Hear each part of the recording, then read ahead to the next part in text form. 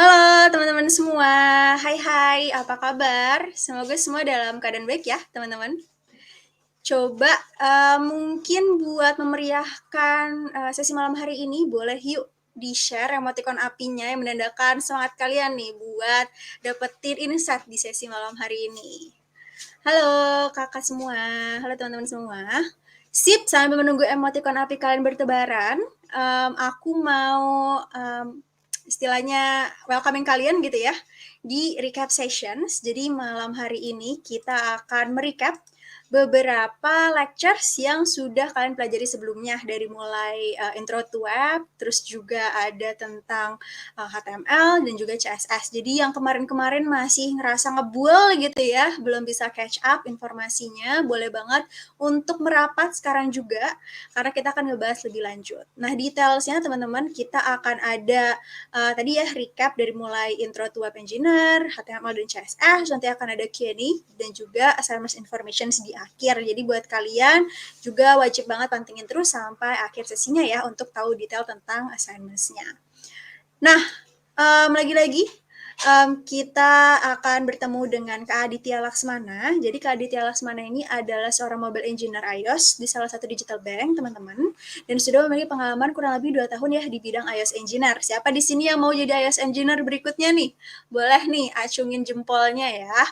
Terus dari Kadit juga sudah mendevelop banyak digital product applications. Jadi buat teman-teman yang mungkin punya banyak pertanyaan ya seputar iOS engineer, seputar software engineering in general, terkait karirnya ataupun materinya, boleh banget langsung nanti drop pertanyaan kalian di link Slido. Untuk link Slido-nya sudah dikirimkan juga di communication platform masing-masing ya, bisa dicek aja. Tapi kalau misalkan kesulitan untuk buka, boleh nanti dibantu sama Katalita Support Squad ya untuk di-share kembali di chat box terkait link Slido-nya. Oke, aku cek di sini kalian sudah ramai dengan emoticon api bertebaran di mana-mana ya. Jadi aku mungkin langsung aja nih mempersilahkan Kak Aditya ya untuk bergabung sama kita dan menjelaskan seputar HTML dan juga CSS-nya. Sebentar ya teman-teman. Halo Kak Adit. Halo Kak Tera, Apa kabar nih Kak Adit? Baik? baik-baik nih. Baik ya. Oke deh kalau gitu mungkin aku langsung aja nih Kak menyerahkan stage-nya ke Kakak untuk ngejelasin ke teman-teman sekalian ya. Silahkan Kak, the floor is yours. Boleh, thank you Kak Tiara. Malam teman-teman semua. Em, Ketemu lagi ya. Mungkin sebelumnya kemarin aku cuma di YouTube chat ya. Sekarang aku yang ngisi ya. Jadi salam kenal semuanya. Malam ini kita akan membahas tentang software engineering ya. Tentunya apa yang telah kalian pelajari selama berapa hari nih berarti? Senin, Selasa, Rabu ya, selama 3 hari terakhir ya. Kita akan ada recap ya, ada recap dan tentu ada Q&A session ya. Silahkan yang mungkin mau tanya drop ya, drop pertanyaannya di apa namanya di Slido. Semoga nanti bisa kejawab semua ya. Jadi kalau ada yang bisa tanya sekarang, inputin dulu aja ya di Slido, jadi nanti bisa ngira-ngira juga nih kira-kira cukup nggak ya gitu. Lalu eh, malam ini aku akan membawakan recap ya 3 hari terakhir, lalu ada sedikit ya pengantar tentang software engineering. Nah, aku akan ngadep ke sini ya karena layarku di sini, jadi aku akan ngadepnya ke sini. Sedikit perkenalan ya, jadi saat ini aku bekerja di salah satu bank ya, aku bisa bilang bank. Jadi sekarang Grab itu punya digibank ya, namanya Superbank ya. Mungkin nanti kalian bisa browsing-browsing nih tentang Superbank. Tadi kayak yang udah Kak Tiara bilang, aku bekerja sebagai iOS engineer ya. Jadi sebelum-sebelumnya memang aku lulusan bootcamp ya, salah satu lulusan iOS bootcamp, kemudian beralih karir ya, jadi iOS engineer gitu. Mungkin ini ya perkenalan singkat, yang mau connect di LinkedIn boleh ya. Barangkali aku lupa accept bisa di message ulang. Yang mau lihat foto juga bisa lihat ya di sini. Oke, mungkin itu ya perkenalan singkatnya.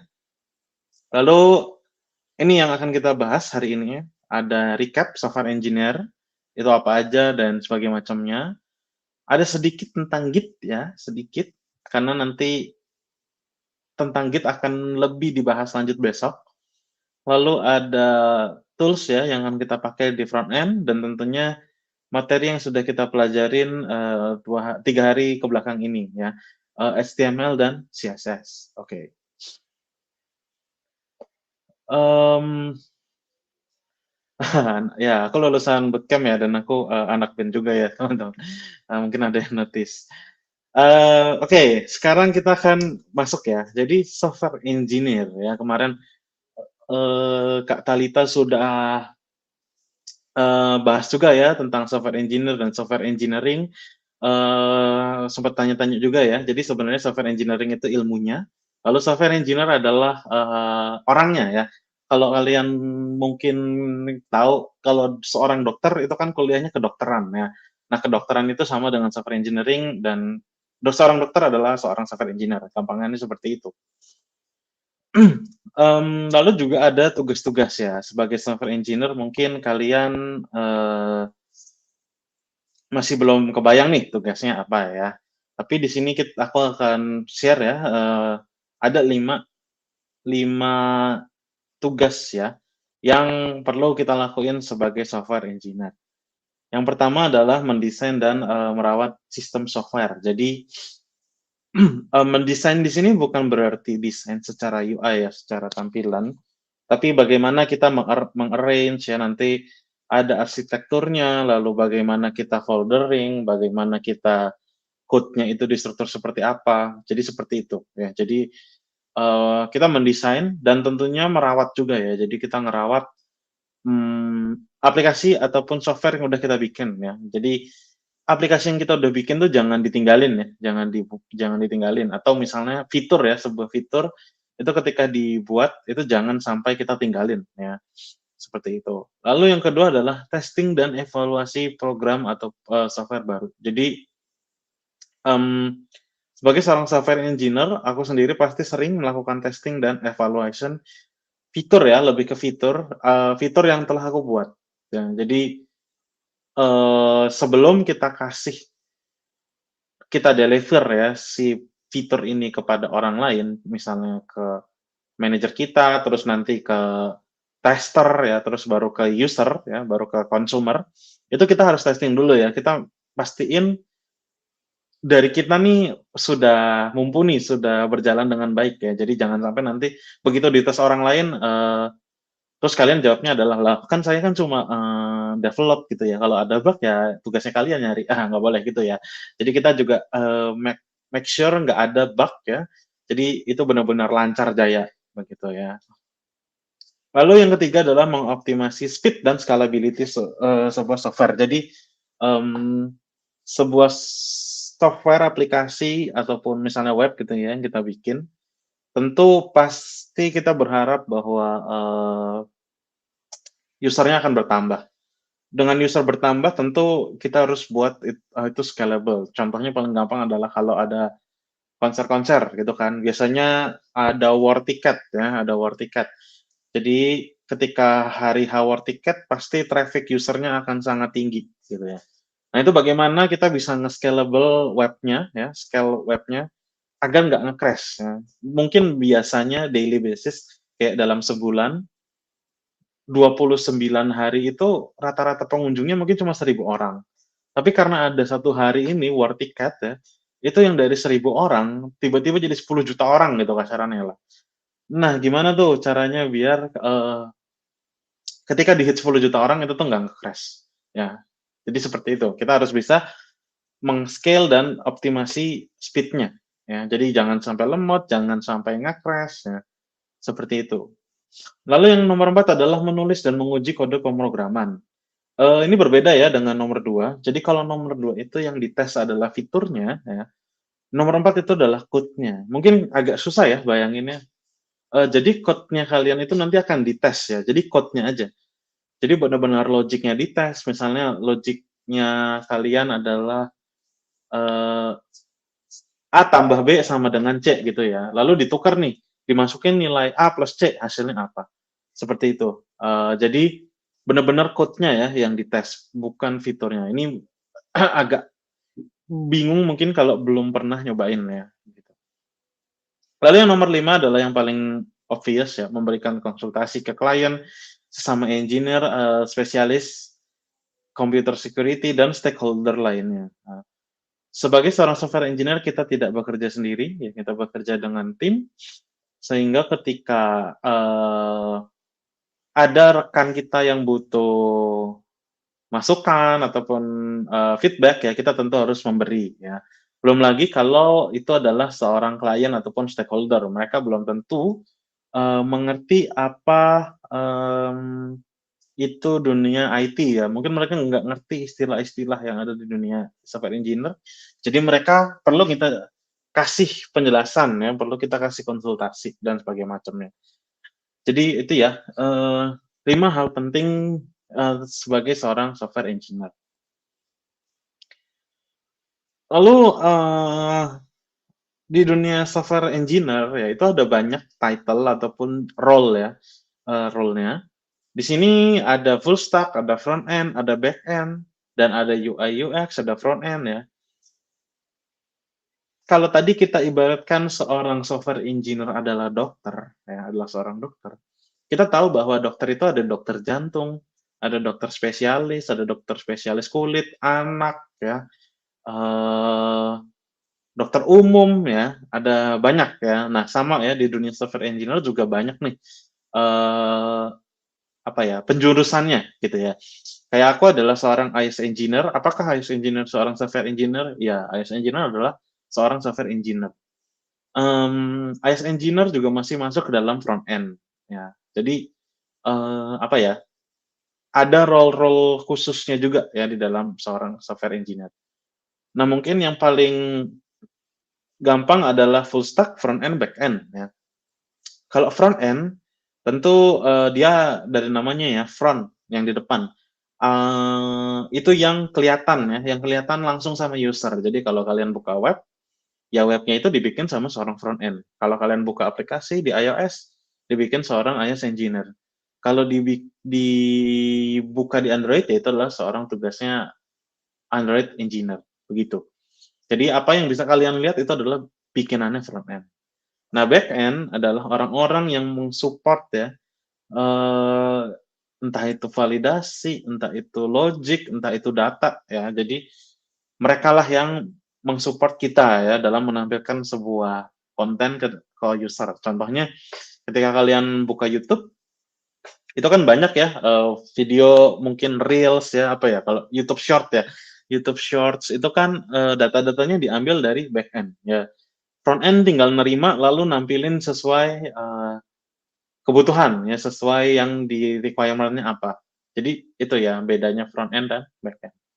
Lalu kalau full stack biasanya bisa dua-duanya ya, dia ngerti, front end, dia ngerti juga back end, tapi bukan berarti dia mengerjakan duanya di waktu yang bersamaan ya, teman-teman. Jadi biasanya sih, untuk front end dan back end sorry, full stack, dia itu mungkin sekarang 3 bulan gitu ya ngerjain projeknya front end, lalu habis itu 6 bulan ngerjain back end ya, habis itu sebulan lagi front end gitu ya. Jadi dia, balik-balik lagi ya, bisa pindah-pindah ya dari front end ke back end, tapi tidak secara bersamaan, begitu. Lalu ada juga, UI dan UX design, jadi dia adalah orang-orang yang mendesain ya. Kalau kita front end, aku nggak pernah ya, selama ini aku yang ngedesain gitu, aku nggak pernah. Jadi itu selalu yang mendesain adalah tim UI UX, kita tinggal implementasinya. Front end tadi udah kita bahas, back end ya, dan database. Jadi biasanya kalau di perusahaan gede, data itu ada timnya sendiri ya, ada tim data engineering, biasanya ada tim data sendiri. Lalu tentu ada tim infra dan, DevOps juga yang akan membantu infrastruktur dari, tech company kita ya, dari sisi tech-nya itu dia akan, tech infra dia akan membantu. Lalu karena di Revoyo ini kita akan, belajar tentang front end ya, tentang web. Web itu termasuk ke front end, jadi ada tiga bahasa yang perlu kita pahami ya nantinya, kita pelajari, sorry. Jadi ada HTML, ada CSS, dan JavaScript. Jadi HTML ini membantu untuk menyusun struktur website, kalau diibaratin mungkin itu kayak fondasi ya. pondasi-pondasi sebuah rumah, lalu ada CSS di mana dia itu akan membantu mendesain halaman website ya, dia juga akan layouting-nya juga di sana. Jadi mempercantik rumah kita. Lalu ada JavaScript untuk menciptakan interaksi yang lebih dynamic ya. Jadi JavaScript ini adalah satu-satunya bahasa pemrograman ya di antara tiga ini. HTML dan CSS bukanlah sebuah bahasa pemrograman.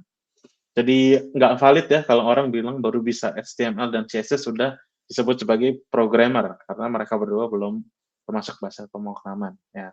Jadi cuma JavaScript yang dia itu masuk ke dalam kategori bahasa pemrograman, teman-teman. Makanya JS bisa menciptakan interaksi yang lebih dynamic. Seperti itu. Oke, nah lalu ini mungkin adalah hal yang mungkin bikin bingung ya, tentang version control system and repository ya, atau kata nama lainnya adalah Git. Jadi sebenarnya Git itu terdiri dari dua fungsionalitas utama kali ya. Yang pertama dia adalah source code repository, tempat menyimpan file, proyek, bla bla bla, code, gambar ya. Jadi tujuannya adalah repository, ya tempat penyimpanan. Apa yang disimpan ya tentu source code kita. Jadi ketika kalian bekerja di dalam sebuah perusahaan, code yang kalian bikin ya itu harusnya sudah menjadi milik perusahaan, teman-teman. Dan tentu nggak bijak kalau kalian nyimpen code-nya itu di lokal pribadi sendiri ya. Tentu perusahaan akan ngasih tempat ya untuk menyimpan code yang telah kalian bikin. Nah, itulah namanya repository ya. Di sana code kita akan disimpan ya, lalu kita juga bisa berkolaborasi teman-teman. Karena dia disimpan ya secara online, itu membuat kita bisa saling berkolaborasi ya. Jadi tujuannya itu ya untuk menyimpan file proyek ya. Nah, itu bisa code, file gambar, teks, audio, dan video semacamnya, itu bisa semua ya, teman-teman. Jadi, Git itu bisa, ya udah mirip Google Drive lah, kayak gitu. Seperti itu. Lalu yang kedua adalah version control system. Nah, version control system adalah sistem yang mencatat setiap perubahan sebuah file. Ya. Jadi, ketika kalian melakukan sebuah perubahan, itu akan dicatat. Ya. Kalian ingat nggak kemarin itu kalian ada beberapa step ya untuk Git ya. Ada pertama Git add ya, Git add titik artinya tambahkan file yang kalian rubah ya, yang kalian rubah. Entah itu filenya dirubah, filenya dihapus atau file baru ya. Git add titik itu akan menambahkan semuanya gitu ya, akan ngambil semuanya file-file yang tadi berubah, ditambahkan atau di-delete. Lalu setelah itu akan kalian git commit kan ya. Git commit itu bisa kita ibaratkan sebagai kalian nge-save gitu ya. Jadi kalau git add itu kalian lagi milih nih file apa aja yang mau kita simpan perubahannya ya. Lalu baru setelah itu kalian git commit. Nah, git commit itu proses nge-save-nya, teman-teman ya. Jadi tadi git add itu sebenarnya kan kalau kalian kemarin itu kan git add titik ya. Titik itu artinya semua, tapi bisa juga kalian langsung git add nama filenya. Itu bisa. Nanti kalau misalnya ada 10 file yang berubah, kalau kalian git add nama file, nanti cuma satu yang kalian ambil gitu. Nah, itulah ya, jadi git add tadi milih ya, kalian lagi milih nih file mana yang berubah, yang mau kita save. Oke, udah dipilih, terus kita git commit. Nah, itulah di sanalah proses save-nya berlangsung ya. Pada saat kalian nge-save itu nanti dari Git otomatis akan bikin apa ya? Penanda ya, mungkin ada akan bikin penanda. Jadi nanti ada semacam kodenya ya, kodenya ini nih kodenya apa gitu ya, perubahannya apa aja. Nah, itu ada.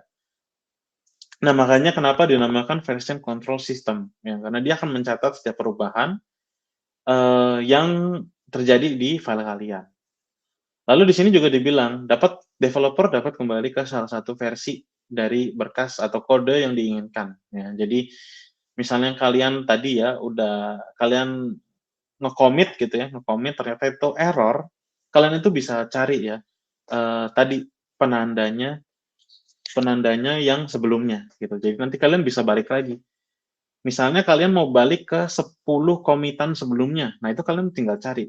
penandanya tuh apa ya, penandanya tuh apa, alamatnya ya, alamatnya yang mana. Nanti kalian bisa balik ke situ. Begitu teman-teman, kenapa dia dinamakan, version control system. Nah, ini bisa kalian coba ya, setup and install, tapi untuk sekarang nggak usah dulu. Kalau kalian pakai VS Code itu nggak perlu, teman-teman. Kalau kalian pakai VS Code, dia sudah ada ya bawaan Git Git-nya, dia sudah ada bawaan Git-nya. Terkadang ketika kalian install 2 kali ya, itu dia suka big error ya, jadi nanti dia bingung mau pakai Git yang di komputer kalian ataupun Git yang dari VS Code-nya gitu. Makanya, aku lebih nyaranin kalian, pakai yang VS Code aja, jadi udah otomatis ada Git-nya. Tapi kalau mau coba install Git-nya, bisa pakai cara kayak gini ya, ini lewat terminal, lalu, bisa juga download ya kalau di Windows, seperti itu. Nah, ini yang tools-tools yang akan kita pakai ya, teman-teman, ada VS Code, mungkin kemarin, ada yang pakai Scrimba ya, pakai VS Code dulu ya, jadi jangan pakai Scrimba, biasanya Scrimba mungkin buat ngajar ya, enaknya buat ngajar memang, tapi untuk nanti kalian coba-coba mending pakai VS Code aja. Lalu yang kedua adalah Google Chrome. Kenapa harus Google Chrome? Sebenarnya nggak harus ya, browser lainnya bisa, tapi Google Chrome itu kompabilitasnya paling tinggi ya, jadi kadang apa yang dibuka di Google Chrome dan Safari itu bisa beda. Google Chrome dan Firefox bisa beda ya. Nah, yang paling support itu Google Chrome. Lalu yang ketiga tentunya adalah Git ya, yang sudah include di Visual Studio Code-nya. Begitu, teman-teman. Oke, itu ya, sedikit pengantar tentang software engineering. Kita akan langsung ya, akan langsung coba nih, coba-coba, HTML dan CSS, oke? Kita akan kembali lagi ya, kita akan overview, HTML kemarin. Jadi HTML ini punya beberapa elemen ya yang sering digunakan dan biasanya, HTML ini punya tag pembuka dan penutup ya. Jadi kalau H1 itu pakai apa tuh ya, bukan kurung, kurang dari terus lebih dari ya, jadi kayak gini. Lalu nanti di belakangnya sama tapi ada slash-nya gitu ya. Ada H1, H2, H3, H4, H5, H6. Jadi H1 ke H6 ini dia akan semakin kecil ya. Kenapa semakin kecil? Karena H1, ini ibarat kayak juara ya, juara 1, juara 2, juara 3 sampai 6 ya. Untuk yang paling tinggi adalah juara 1, teman-teman. Nah, kenapa H1 sampai H6 itu font-nya semakin kecil? Karena, eee, esensialnya itu beda ya. Jadi, kalau kalian menggunakan let's say di page ini ya, di yang aku lagi share ke kalian, ini kalau kita lihat tulisan HTML esensial besar ya, lalu di bawahnya, kecil, di paling bawah ini lebih kecil lagi. Nah, itu adalah contoh, mana yang prioritas yang, apa ya, kita pengen user lihat dulu, gitu ya. Kita pengen user lihat judulnya dulu, terus baru kita pengen lihat, user lihat kontennya, baru yang terakhir apa nih, source-nya, gitu. Nah, jadi itu ya, kenapa, H1, H2, H3, H4, sampai H6 itu dibuat lebih kecil, karena kalau kita pakai H1, ya berarti kita pengen user itu ngelihat ketulisan itu dulu ya, ketulisan H1 tersebut dulu. Baru setelah itu ada H2, ya baru ke H2, baru ke H3, baru ke H4, H5, H6. Makanya kenapa tadi ya, H1 ke H6 itu font-nya lebih kecil. Seperti itu ya. Lalu ada paragraf tentunya, ada anchor, ada div, span, button, dan image ya. Kalau image, dia nggak ada tag penutupnya ya, dia nggak ada tag penutupnya, beda sama yang lainnya. Ada beberapa tag yang dia nggak perlu penutup, kayak gitu, teman-teman. Nah, membahas tentang HTML itu ada punya namanya semantik ya. Jadi HTML itu punya yang namanya semantik. Semantik itu apa, Kak? Ya, jadi semantik itu adalah, arti kata semantik itu adalah ilmu kata ya, teman-teman. Jadi semantik itu bagaimana kalian menggunakan sesuatu dengan tepat ya. Jadi contohnya seperti ini. Di sini kalau kita lihat di kanan ada sebuah struktur HTML, ada header, ada navigation, ada section, ada artikel dan footer. Apakah header dan footer bisa dibalik? Bisa tapi nggak tepat ya. Atau misalnya ketika kalian punya artikel gitu ya, terus kalian bukan bikin artikel, tapi kalian bikinnya div. Apakah bisa? Bisa ya. Tapi apakah tepat? Enggak ya, kurang tepat seperti itu. Jadi semantik ini adalah aturan yang mungkin nggak terlalu berpengaruh ya secara tampilan, tapi ini akan berpengaruh bagi teman kalian atau kalian sendiri yang akan membaca. Ya. Jadi kalau misalnya ada nav, ya berarti yang nanti baca ya, itu tahu bahwa itu adalah tempatnya navigation ya, tempatnya navigation. Kalau kalian isiin nav dengan artikel ya, bahan bacaan, ya itu nggak tepat ya. Nanti orang bingung nih, ini kok isinya apa? Semantiknya nav, tapi isinya artikel. Ya, tentu itu akan membingungkan.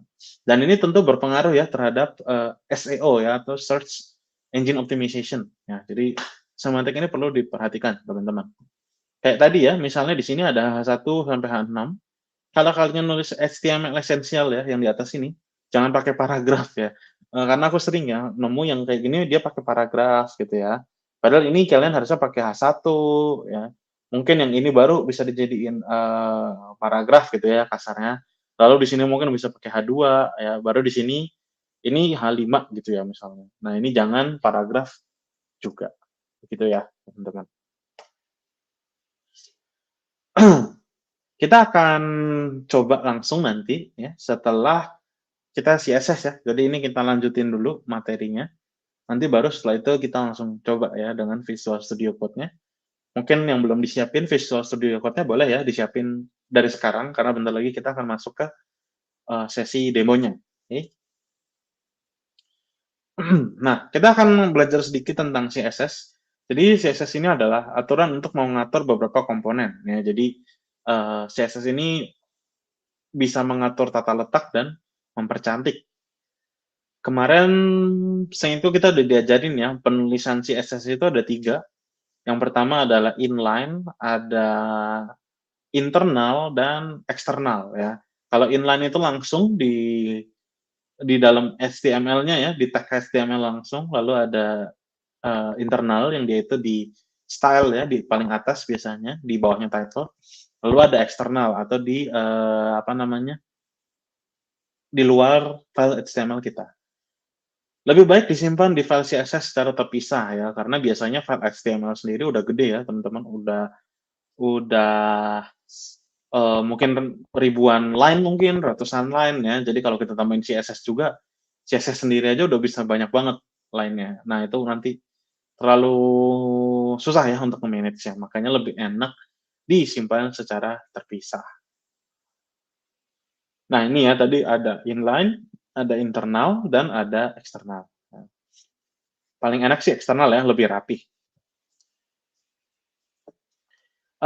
Lalu di sini kita akan belajar ya tentang namanya CSS selector ataupun apa ya? CSS selector itu adalah untuk menemukan elemen HTML. Jadi kayak gini contohnya kalau kalian mau memberi tulisan halo ini orange ya, kita kan harus tahu ya, halo ini nih siapa gitu ya. Kayak kayak kurir ya, kayak kurir barang.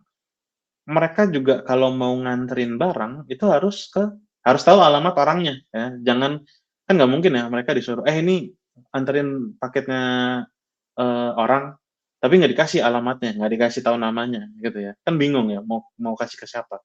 Nah, makanya di sini ada yang dinamakan CSS selector.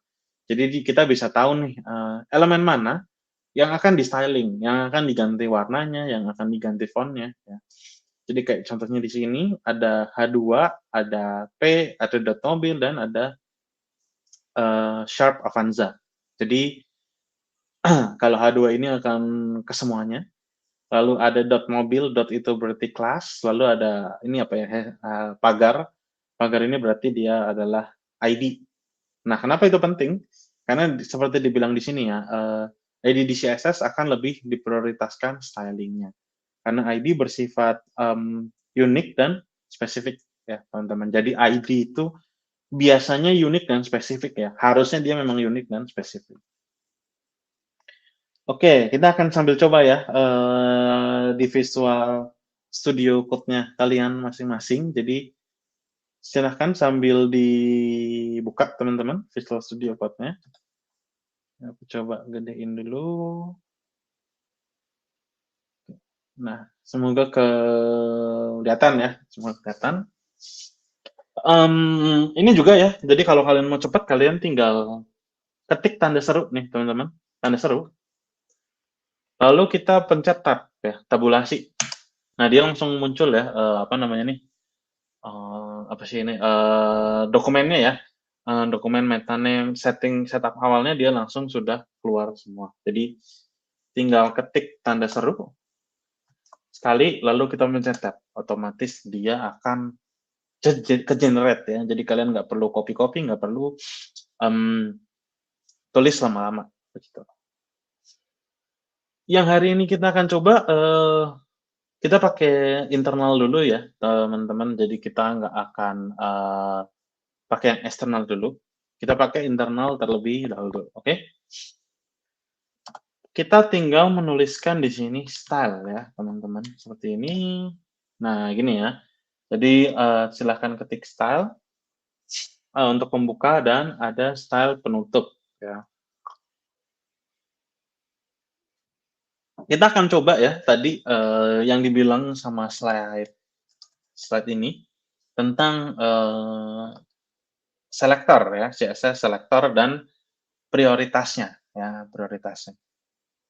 Kita akan coba aja ya, kita akan coba misalnya kita bikin H1 lalu color-nya itu apa? Misalnya aku lebih suka yang lebih ini misalnya green ya. Kenapa nulis di sini ya?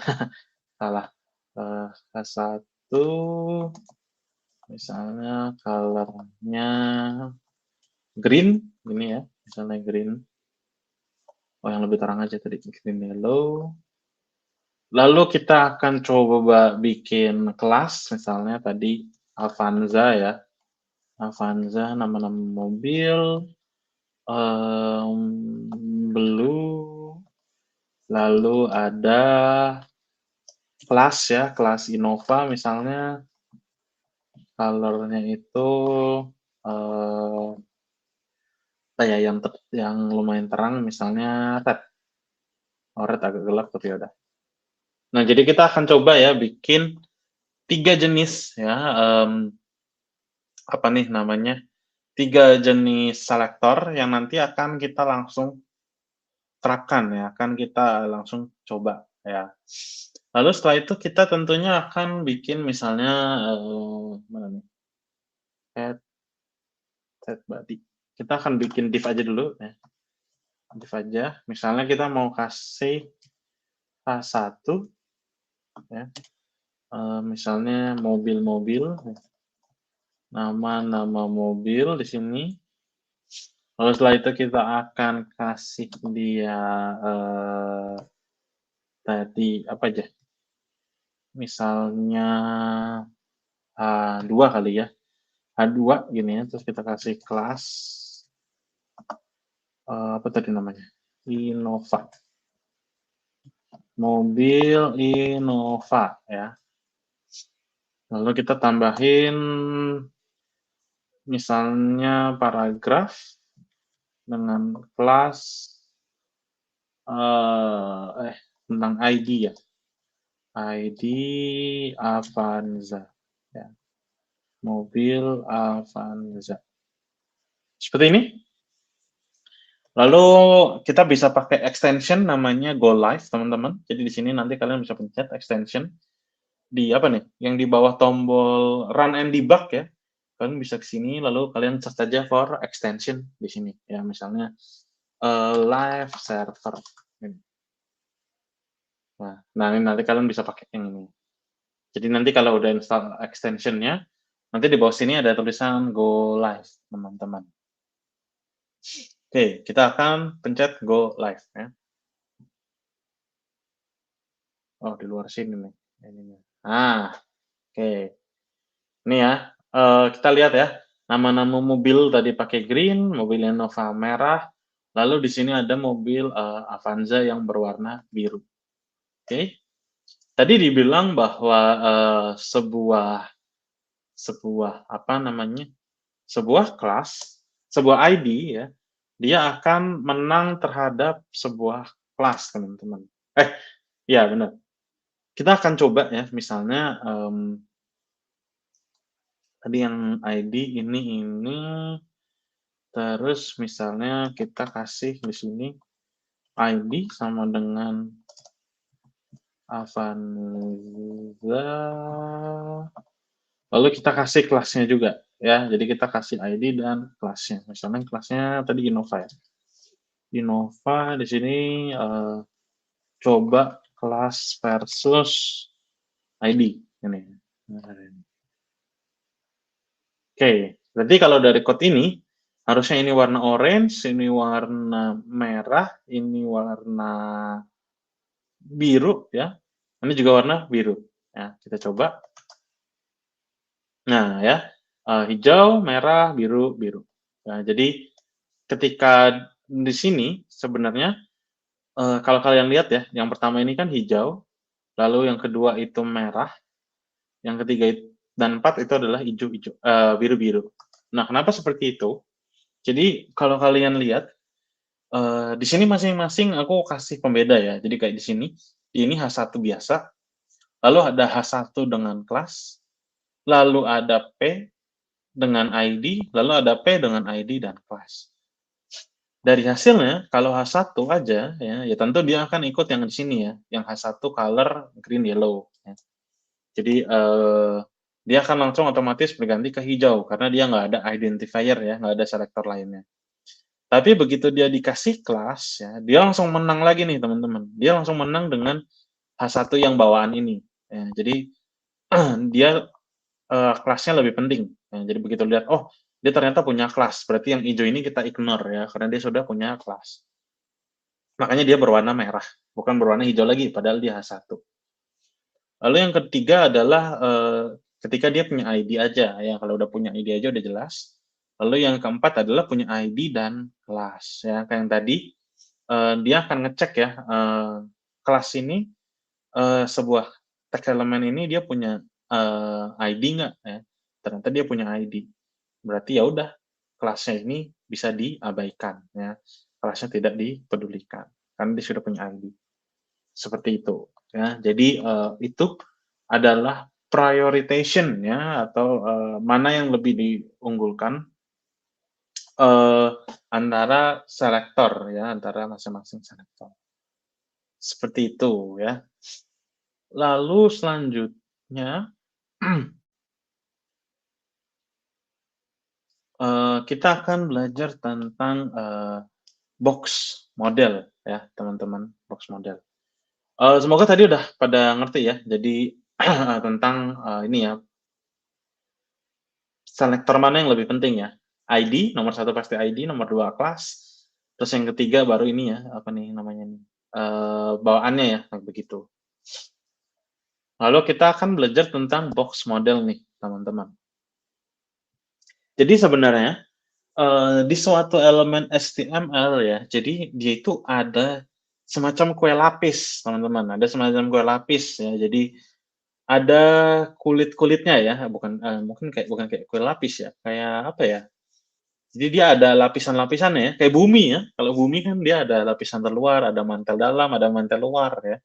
Ada inti bumi. Nah, jadi bayangannya elemen HTML juga seperti itu, teman-teman. Apa yang paling apa ya, paling dalam dulu ya, yang paling dalam tentu adalah kontennya itu sendiri, teman-teman. Jadi kontennya sendiri itu adalah lapisan utamanya ya, inti buminya lah, gitu. Dia itu ada height, ada width-nya, ya. Jadi dia tentu pasti ada lebar dan ada tingginya. Lalu lapis setelahnya ya, yang mengitari si konten ini ada yang dinamakan padding, teman-teman. Padding ini adalah jarak ya, adalah jarak antara konten dengan nanti border di sini ya. Jadi nanti akan ada jaraknya. Itulah yang dinamakan dengan padding ya. Jadi dia ada jaraknya dengan si bordernya. Padding ini biasanya dia transparan, jadi nggak kelihatan ya teman-teman. Jadi dia nggak kelihatan. Lalu lapisan ketiga adalah border. Border ini biasanya garis ya. Kalau di sini lihat ada garis hitam, nah itulah border. Nah, padding itu adalah jarak antara border ini ke kontennya. Jadi kalau kalian nanti punya apa namanya? Sebuah H1 gitu ya. Lalu kalian kasih border terus kayak mepet banget.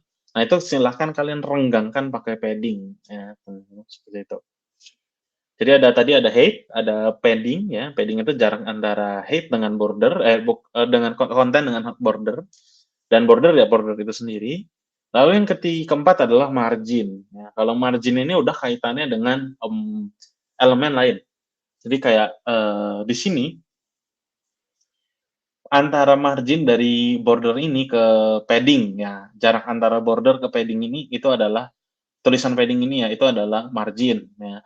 Ataupun jarak antar konten ini ke layar kiri ataupun layar kanan, nah itu adalah margin ya, teman-teman. Jadi kalau margin ini udah bukan punyanya si apa nih namanya elemen HTML lagi. Kalau border padding height ini masih satu komposisi ya, masih satu komposisi. Nah kalau margin ini udah kaitannya dengan dunia luar lah, bilangnya begitu ya. Kaitannya dengan dunia luar ya. Kalau tadi kita ibaratin bumi ya, mungkin ini margin itu adalah jarak bumi dengan planet Mars gitu ya. Jadi seperti itu, teman-teman. Kenapa sih konsep ini penting ya? Jadi secara default tinggi ataupun lebar elemen HTML itu dihitungnya seperti ini, teman-teman. Lebar plus padding dan plus border ya. Jadi mereka ditambahin dan itu akan menjadi lebar sebenarnya elemen. Kalau tinggi ya berarti lebarnya diganti tinggi. Nah, kenapa ini penting? Karena ketika kita mengatur lebar atau tinggi elemen, seringkali muncul lebih besar dari yang kita atur. Ya. Jadi dia itu akan lebih besar karena tadi ya kontennya ini yang kita set dia itu masih ketambahan padding, masih ketambahan border. Ya, margin nggak dihitung ya. Karena dia udah kaitannya dengan dunia lain gitu ya. Jadi dia ditambah dengan border dan padding. Makanya ya tadi kadang dia muncul lebih besar dari yang kita atur. Kita akan coba lihat ya. Di sini adalah box sizing tanpa border box ya. Jadi nanti nama propertinya itu border box. Kalau kita lihat di sini ya, lihat nih di kiri ini, dia ini kasih stylingnya width-nya 200 px, lalu dikasih bordernya 10 solid, dan dikasih padding. Ya, berarti dia kasih border di sini lebarnya 10 px, lalu dikasih jarak ya ataupun padding 20 px dan kontennya tingginya 20 px. Lebarnya ya tadi kalau nggak salah. Ya, width lebar. Ketika di inspect elemen, ya, alih-alih dia 260 kali, harusnya dia ini 200 kali 348. Karena tadi kita settingnya width-nya 200 pixel. Tapi kenapa setelah di-inspect elemen dia jadi 260, teman-teman. Ya, karena yang tadi dia padding dan bordernya ikut masuk. Kalau kita lihat lagi ya di sini, kita lihat tadi bordernya berapa? 10 px ya. Di kiri ini ada border yang berarti dia ini lebarnya 10 px nih yang hitam ini yang aku tandain. Lalu setelah itu ada padding. Dia kasih padding 20 px. Nah, berarti yang ungu gelap ini ya dari sini ke sini ini adalah padding. 20 px ya. Jadi 10 tambah 20 sudah 30. Lalu lebarnya, width-nya 200 px ya. Lebarnya 200 px nih, udah kelihatan. Berarti berapa tadi? 200 tambah 10 tambah 20, 230. Tapi jangan lupa di kanannya juga ada ya.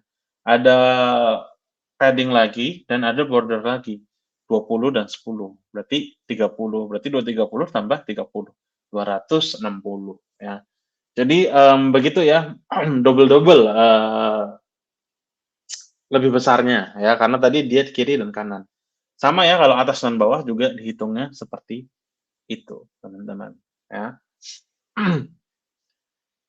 Nah, dengan adanya kita mengatur box sizing, itu akan menghindari kita dari, hal-hal semacam itu ya. Jadi kita nggak akan ketemu lagi dengan width yang tidak sesuai ya, dengan width yang lebih besar.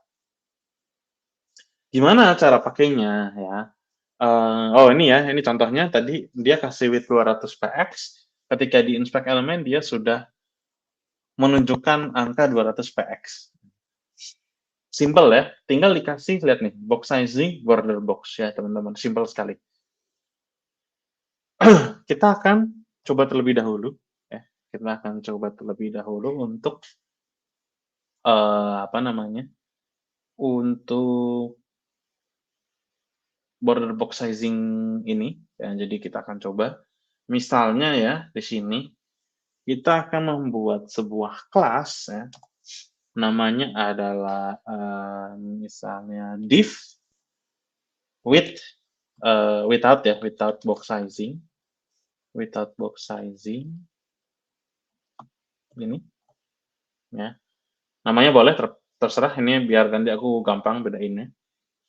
Lalu kita kasih background color ya, jadi, biar kelihatan bedanya, kita kasih background color, misalnya kita kasih orange. Setelah itu kita kasih border. Bordernya kita kasih gede aja, 20 pixel ya, misalnya 20 pixel, solid, kita kasih warna hitam aja. Setelah itu kita kasih width ya, width atau lebar. Tadi 200 px ya, kita coba lagi 200 px sama. Lalu dikasih padding. Nah, padding kita kasih, padding right aja kali ya, biar kelihatan. Misalnya, 50 px ya, biar tambah kelihatan lagi nih, teman-teman. Lalu, setelah itu kita biarkan dia, dan kita akan coba ya, kita akan coba, apa yang terjadi ya, ketika kita menggunakan div ini. Nah, kita akan buat div baru aja ya, kita buat div baru, kelasnya namanya adalah tadi apa tuh? Div without box sizing, aku kopas, tutup, buka baru. Kalau udah kita tinggal tambahin konten ya, kita tambahin satu konten aja nih kayak gini. Nah ya, Innova box sizing, misalnya box sizing. Kita save. Sorry. Lalu kita lihat hasilnya. Nah ini ya. Oh, oke, paddingnya jangan pakai padding right ya, kita pakai padding left saja, yang kiri. Terus kita lihat. Nah, seperti ini ya. Dia ada jarak ke kiri, lalu ada jarak ke bukan jarak, ada bordernya ya yang tebal.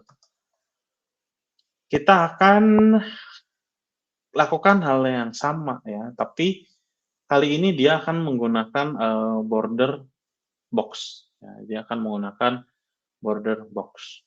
Kita bisa copy code-nya ya, biar lebih cepat teman-teman. Kita copy aja code-nya. Nah, setelah itu kita akan ganti namanya div with box sizing. Ya. Lalu misalnya color-nya kita ganti menjadi warna yellow kali ya. Yellow, bordernya kita kasih warna apa nih? Ini aja dah. Aduh, red. Oke, kita kasih bordernya red. Width-nya kita kasih 150. Jangan, 200. Tapi bordernya kita kecilin, ya, jadi 1 px. Jangan jadi 10 lah, atau 5. 5 aja ya, yang lebih kelihatan kecil. Ketika kita lihat hasilnya, loh belum ada. belum dipanggil. Kita lakukan yang sama ya, div, bikin kelas, div with box sizing, lalu kita kasih H1 lagi ya, H1, Innova, yang satu with up ya. Nah, jadi gini ya, kita punya 2. Yang pertama dia itu adalah, apa namanya, the div without box sizing ya. Nanti terus ada yang kedua adalah div with box sizing. Nah, ini belum aku kasih ya, belum aku kasih. Jadi kita biarin ada 2 seperti ini, aku bedain warnanya, bordernya pun aku bedain ya, bordernya aku bedain. Lalu kalian tinggal panggil aja, kalian bikin div-nya. Ya. Oke, kita save dulu. Nah, ini ya. Kalau kita lihat, width-nya sama loh, teman-teman ya. Width-nya sama-sama 200 px. Width-nya sama 200 px, tapi dia berbeda hasilnya ya. Satu lebih ke kanan, satu lebih ke kiri. Kita akan ganti misalnya padding-nya ya, yang tadi 50 menjadi 100. Sekarang dia lebih lebar ya. Padahal kita sudah setting sama-sama apa namanya, width-nya sama-sama 200 px ya, teman-teman. Nah, inilah efek kita tidak menggunakan box sizing. Dengan kita menggunakan box sizing ya, border box menambahkan seperti ini ya, hanya menambahkan satu line ya, teman-teman, hanya menambahkan satu line. Dia akan kembali, dia akan menjadi yang sesungguhnya ya, yaitu 200 px. Kita akan coba. Nah, ya dia jadi 200 px seperti ini. Oke, belum kelihatan perbedaannya, kita kasih box sizing juga di atasnya. Nah, jadi yang sebelumnya berbeda size-nya, apa ya, tampilannya ini beda ya ukurannya. Ketika kita samakan menggunakan box sizing dan width-nya sama, dia akan menjadi sama, teman-teman. Nah, ya, dia akan benar-benar sama ukurannya. Jadi itu ya, apa namanya, tujuannya digunakan box sizing. Jadi dia width-nya akan sesuai dengan yang kalian taruh. Mana nih? Mana VS Code-nya? Nah, dia akan taruh di sini ya. Jadi width-nya 200, dia akan sesuai. Seperti itu. Jadi penting bagi kalian untuk menggunakan box sizing ini karena tadi ya,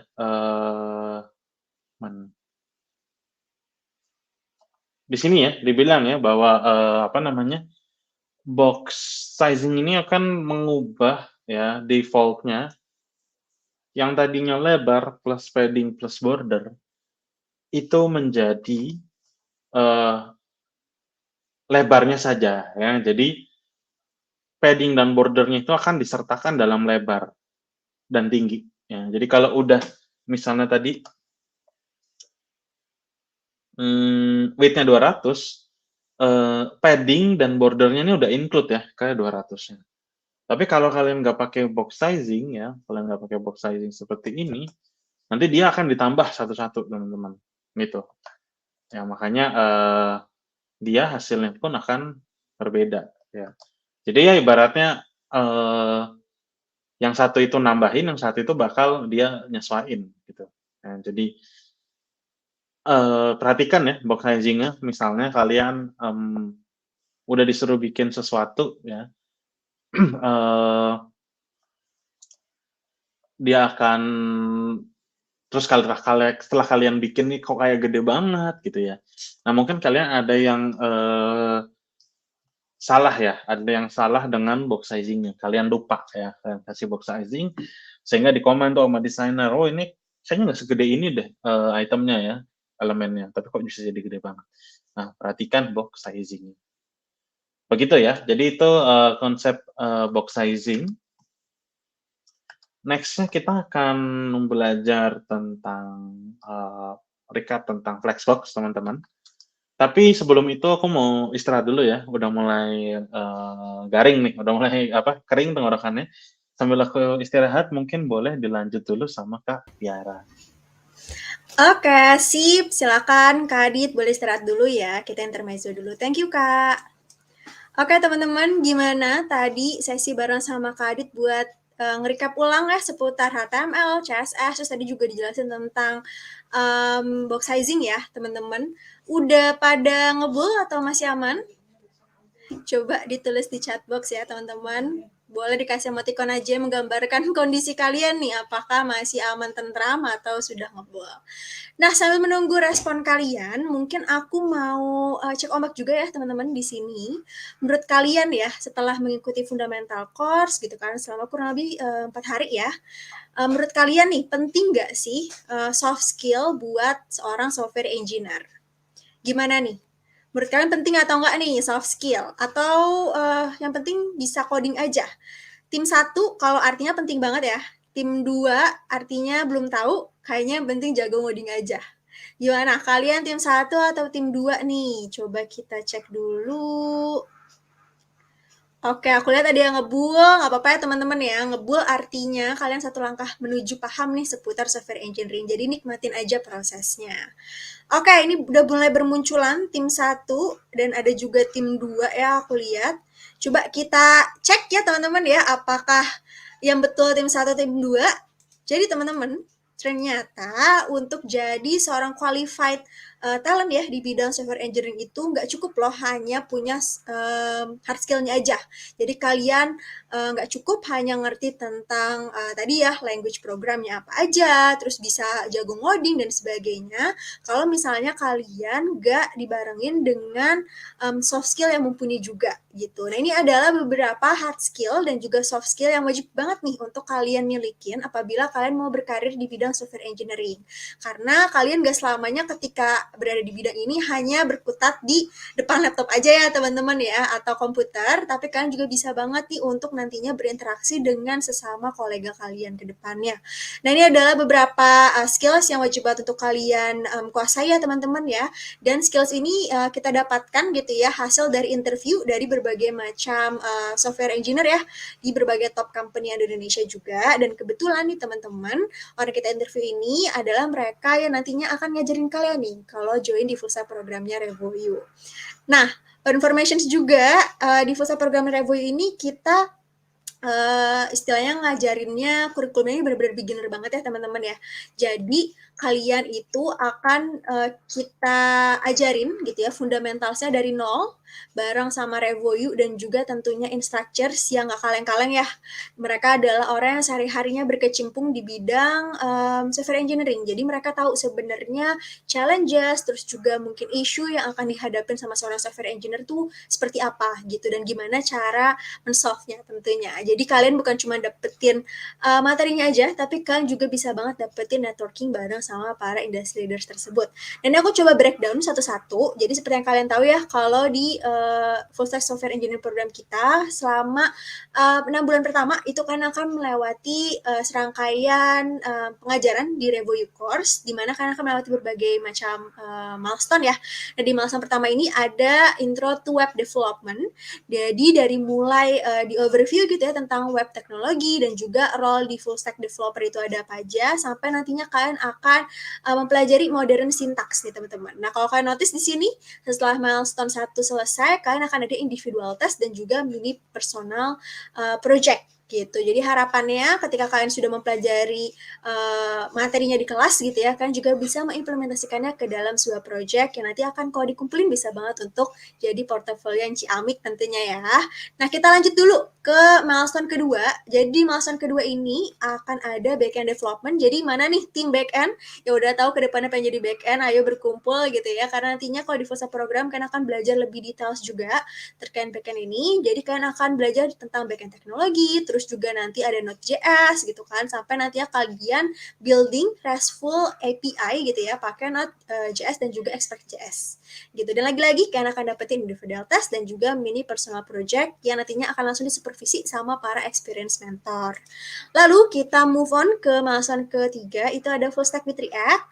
Jadi kalian nantinya akan mempelajari tentang front end frameworks gitu ya. Terus juga nantinya akan ada deployment dan juga server configuration. Terus lagi-lagi ada ada project ya yang bisa kalian kerjakan di milestone keempat. Ini tentang data dan juga algoritma. Jadi kalian nggak cuma mempelajari tentang language programnya aja ya, tapi kan juga akan belajar tentang data structure dan juga algoritmanya teman-teman gitu. Dan nanti di milestone kelima itu akan ada back end with Python, terus nanti di milestone keenam akan ada final project. Nah, kalau kalian notice di sini gitu ya, Kak, ini kayak kita mempelajari seluruh fundamentals gitu ya kalau menjadi seorang software engineer. Nah, bener banget teman-teman karena kalian akan kita ajarin baik itu dari segi front end dan juga back end-nya. Jadi semisal yang di sini masih galau gitu ya, kedepannya pengen jadi seorang front end, back end atau full stack, gak perlu worry karena kalian akan pelajari seluruh fundamental tersebut sehingga kalian bisa nantinya menentukan nih lebih preferensinya itu ke arah mana, apakah ke front end atau ke back end setelah menjalani 6 bulan gitu ya Revoyu course-nya tadi gitu. Dan tenang juga buat teman-teman yang di sini mungkin masih galau gitu ya karena nggak punya background IT sebelumnya, terus nggak pernah juga terpapar gitu ya dengan bidang software engineering sebelumnya. Lagi-lagi tadi kurikulumnya beginner friendly dan kalian bisa dapetin project-project yang disupervisi langsung sama mentor sehingga nantinya akan terkumpul nih ke dalam satu portofolio yang pastinya juga akan dilirik sama recruiter. Nah, ini adalah beberapa students ya di Revoyu Full Stack Software Engineering Program kita, di mana mereka bisa kalian lihat ini benar-benar mereka belajarnya dari zero banget ya, bareng sama Revoyu, dan sekarang akhirnya mereka lagi pursue karir di bidang software engineering. Jadi ada Kak Dandi, ada Kak Winona, dan juga Kak Aldian Syah. Nih kalau kalian notice di sini ya, mereka ini bisa dilihat nggak punya background di bidang IT sama sekali. Jadi di sini teman-teman yang mungkin masih galau gitu ya, cocok atau enggaknya, kalian dengan full stack programnya Revoyu gitu ya, nggak masalah karena kalian juga nanti bisa mengikuti admission prosesnya terlebih dahulu teman-teman gitu untuk tahu kecocokan apakah kalian sebenarnya sesuai gitu ya dengan programnya Revoyu dari segi career goals dan juga aspirations kalian. Dan for information untuk daftar gitu ya teman-teman itu mengikuti admission prosesnya nggak dipungut biaya apapun dan bisa dapat konsultasi gratis bareng sama tim admisinya Revoyu. Nah ini teman-teman langsung aja get ready gitu ya to be the best software engineering bareng sama Revoyu karena nantinya kalian akan dapat 250 plus hour live classes ya dan diajarin langsung sama para industry leaders di bidang software engineering. Jadi bukan cuma dapat ilmunya tapi juga bisa dapat networkingnya. Nah networking ini yang penting nih teman-teman karena jarang banget gitu ya ada yang bisa mediakan networking terus mentor yang amat-amat berharga gitu ya buat kalian ke depannya kalau misalnya mau mengaksesasi karir di bidang software engineering. Terus kalian juga tadi dapat kesempatan untuk build portofolio lewat proyek-proyek yang kalian kerjakan di setiap milestone dan nantinya portofolio itu nggak istilahnya cuma ya udah ditampilin di portofolio kalian gitu ya si proyekannya itu tapi proyek-proyekannya benar-benar disupervisi langsung sama para experience mentor dicekking satu-satu apakah sudah baik mana yang perlu diperbaiki yang perlu diimprove dan sebagainya jadi kalian tahu nih ke depannya cara mengimprove seperti apa terus kalian juga buat nantinya yang tertarik untuk sampai 9 bulan buat teman-teman yang mungkin job seeker gitu ya dari background fresh graduate ataupun career switcher nantinya kalian bisa di 3 bulan terakhir itu dapat yang namanya career support training jadi di sana nanti akan ada intensive session bareng sama career mentors juga bakal dibantu banget job seeking prosesnya dari A sampai Z nih teman-teman dari mulai building CV sama portfolio sampai dengan nanti kalau misalnya kalian dapat offer letter dibantu juga negotiation salary-nya terus nantinya juga kalian kalau misalnya sudah bergabung di Full Stack Software Engineering Program dan lulus nih teman-teman dari program tersebut nggak serta-merta kalian udah lepas gitu aja dari Revoyu tapi kalian tetap bisa tergabung tadi ya bareng sama professionals dan juga industry leaders di mana kita sekarang bisa dibilang the biggest community ya yang punya networking dengan 6.000 plus alumni dan juga industry leaders gitu. Dan nantinya kalau kalian sudah selesai dari first programnya pun selama 9 bulan, nanti ketika kalian udah jadi alumni itu masih bisa banget untuk nge-explore gitu ya, nge-unlock beberapa eksklusif program yang hanya diperuntukkan untuk Revoyu alumni aja. Jadi benar-benar masih bisa di-upskilling gitu ya ilmunya dan juga networkingnya. Jadi teman-teman langsung aja daftar sekarang juga, karena kalau kalian daftar sekarang itu kalian bisa banget saving gitu ya, dari total tuition fee dapat potongan 5 juta rupiah. Jadi langsung aja daftar sekarang teman-teman.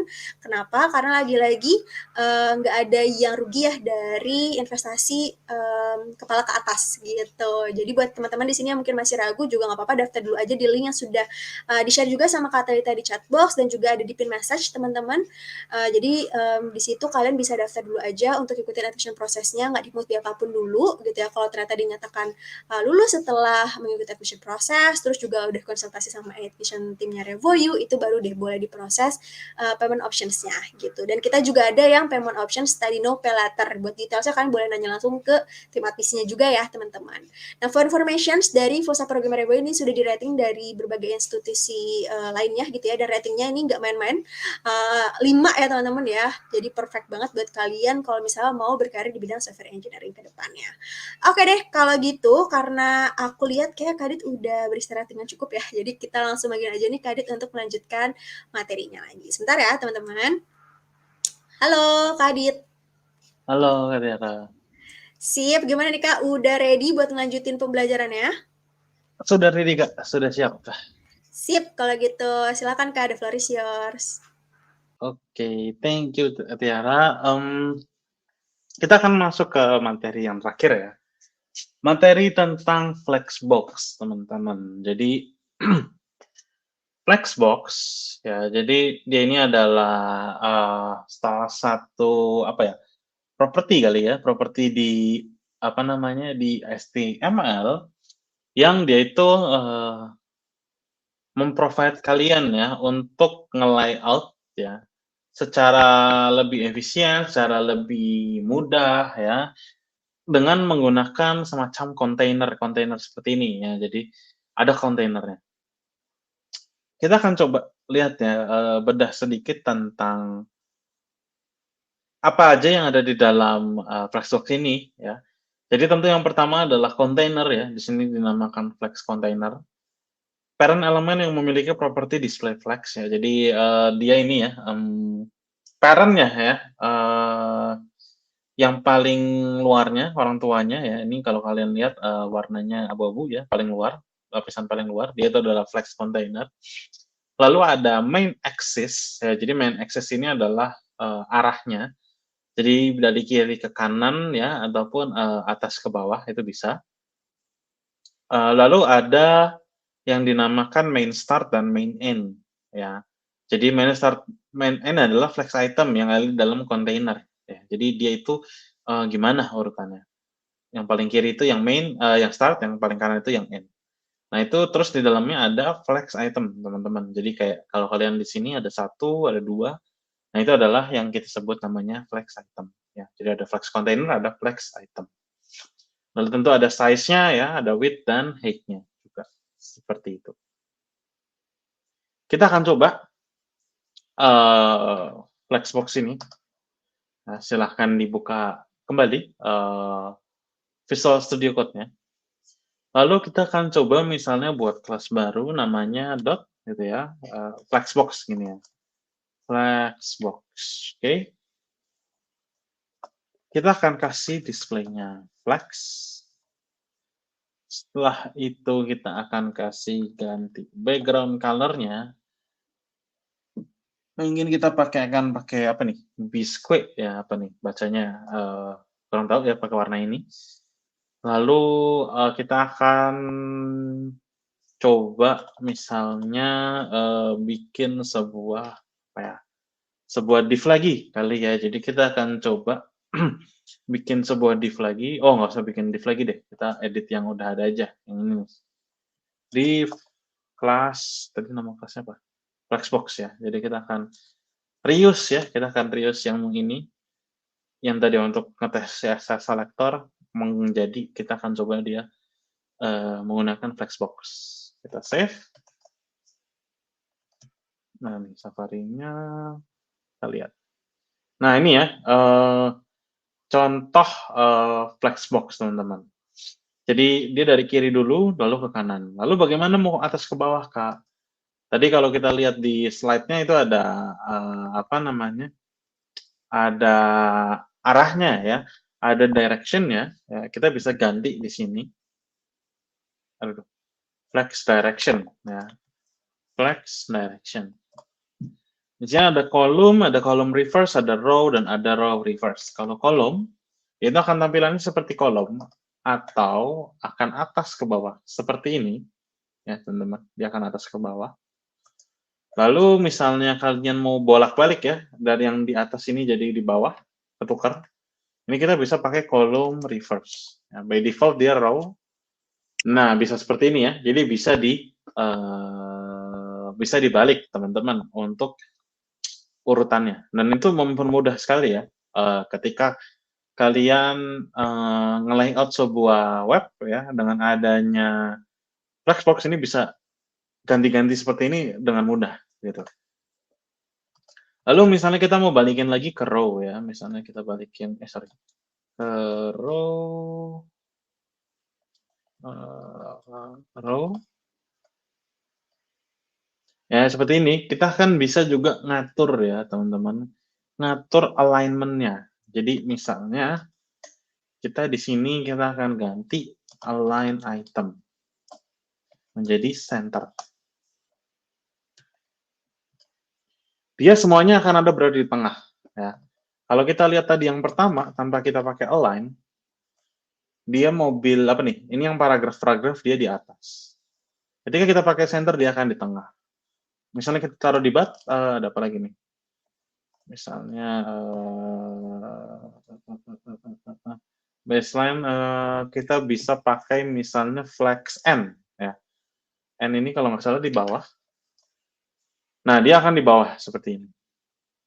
Seperti itu. Kalau di center, dia akan semuanya di tengah. Gitu ya. Mudah ya. Dengan pakai Flexbox, kalian tinggal nambahin satu baris, langsung rapi. Lalu ada juga justify content. Ya. Kalau tadi align itu dari atas ke bawah ya, ngarens atas ke bawah, kita bisa pakai justify content untuk nge-align kiri ke kanannya, horizontal ya. Misalnya kita pakai center lagi, dia akan di tengah semua, teman-teman. Ya, dia akan di tengah semua. Jadi Flexbox ini sangat enak untuk dipakai ya, sesuai namanya flex. Flex itu artinya fleksibel ya, flexible box. Dengan nambahin beberapa properti aja, dia langsung otomatis nge-adjust ya, nge-adjust positionnya. Jadi nanti mungkin udah di-spill ya dikit-dikit kalau ada tugas, nanti mungkin boleh ya dipakai Flexbox ini, karena sangat mudah ya penggunaannya, dan powerful gitu teman-teman. Kalian bisa cari ya di salah satu website gitu ya tentang bagaimana belajar tentang Flexbox ini. Ada game-nya juga ya kalau nggak salah, ada game-nya juga. Kalian bisa coba ya untuk lebih memahami dan lebih mengeksplor lagi ya sejauh mana sih Flexbox ini bisa kita gunakan gitu ya. Jadi mungkin kita baru coba ngerubah ganti apa tuh namanya direction-nya ya, lalu kita align itemnya, kita justify kontennya ya. Nanti kalian bisa juga melakukan hal-hal lain ya. Misalnya kalian bisa shrink ya, bisa otomatis nge-fill empty space ya. Itu juga bisa ya. Jadi banyak yang bisa kalian lakukan di Flexbox ini. Seperti itu, teman-teman. Salah mana nih slide-nya. Oke, mungkin untuk hari ini ya, itulah materi-materi yang udah kita pelajarin selama 3 hari dan kita recap. Semoga kalian mengerti ya. Lalu kalau misalnya nanti Git akan lebih dibahas lebih lanjut besok ya. Kita akan lebih lanjut bahas Git-nya besok langsung ya dengan contohnya. Jadi jangan lupa nih besok untuk datang lagi ya untuk memahami Git-nya lebih lanjut lagi seperti itu.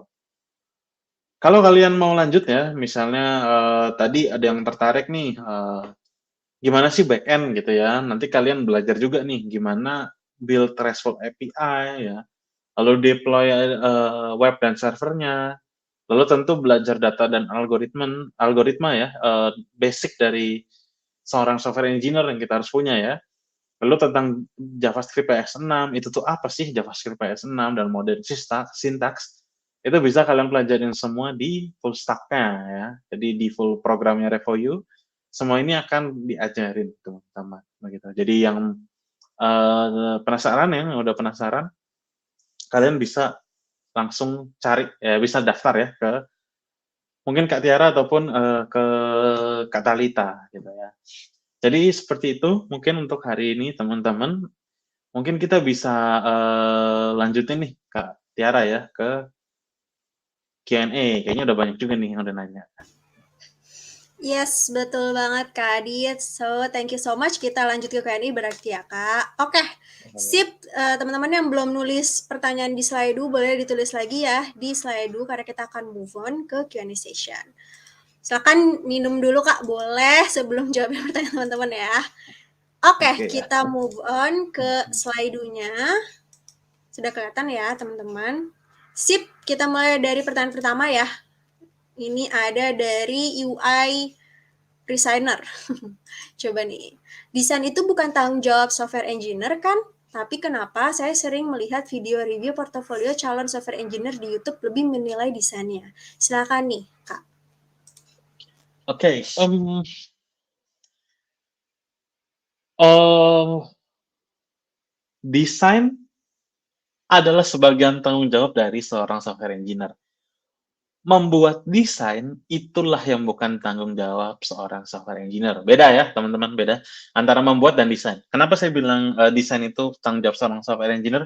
Karena kemarin saya baru ngalamin uh, ketika desain yang dibuat oleh desainer tuh memiliki defect ya atau kecacatan ya, ada yang menurutku itu bukan sebuah behavior yang bagus, bukan sesuatu yang desain yang bagus ya, UX yang bagus.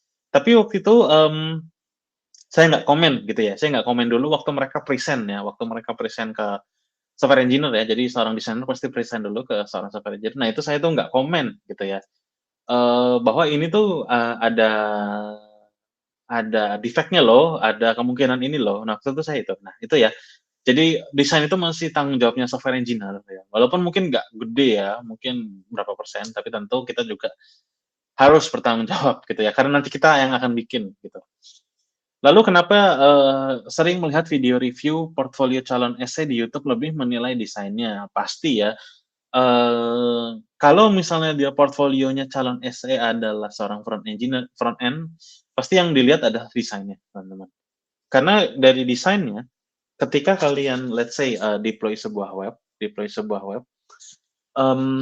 pasti yang dilihat adalah desainnya. Kenapa? Mungkin sebuah desain itu dibuat oleh desainer. Tapi kalau desainnya udah susah dan kita bisa implementasinya, itu pasti nilai plus banget teman-teman, ya. Jadi itu kenapa tetap dilihat ya desainnya, oh desainnya biasa aja, gini mah semua orang juga bisa gitu ya. Nah tentu pasti, software engineer-nya juga pasti ngerjainnya mungkin ya biasa-biasa aja gitu.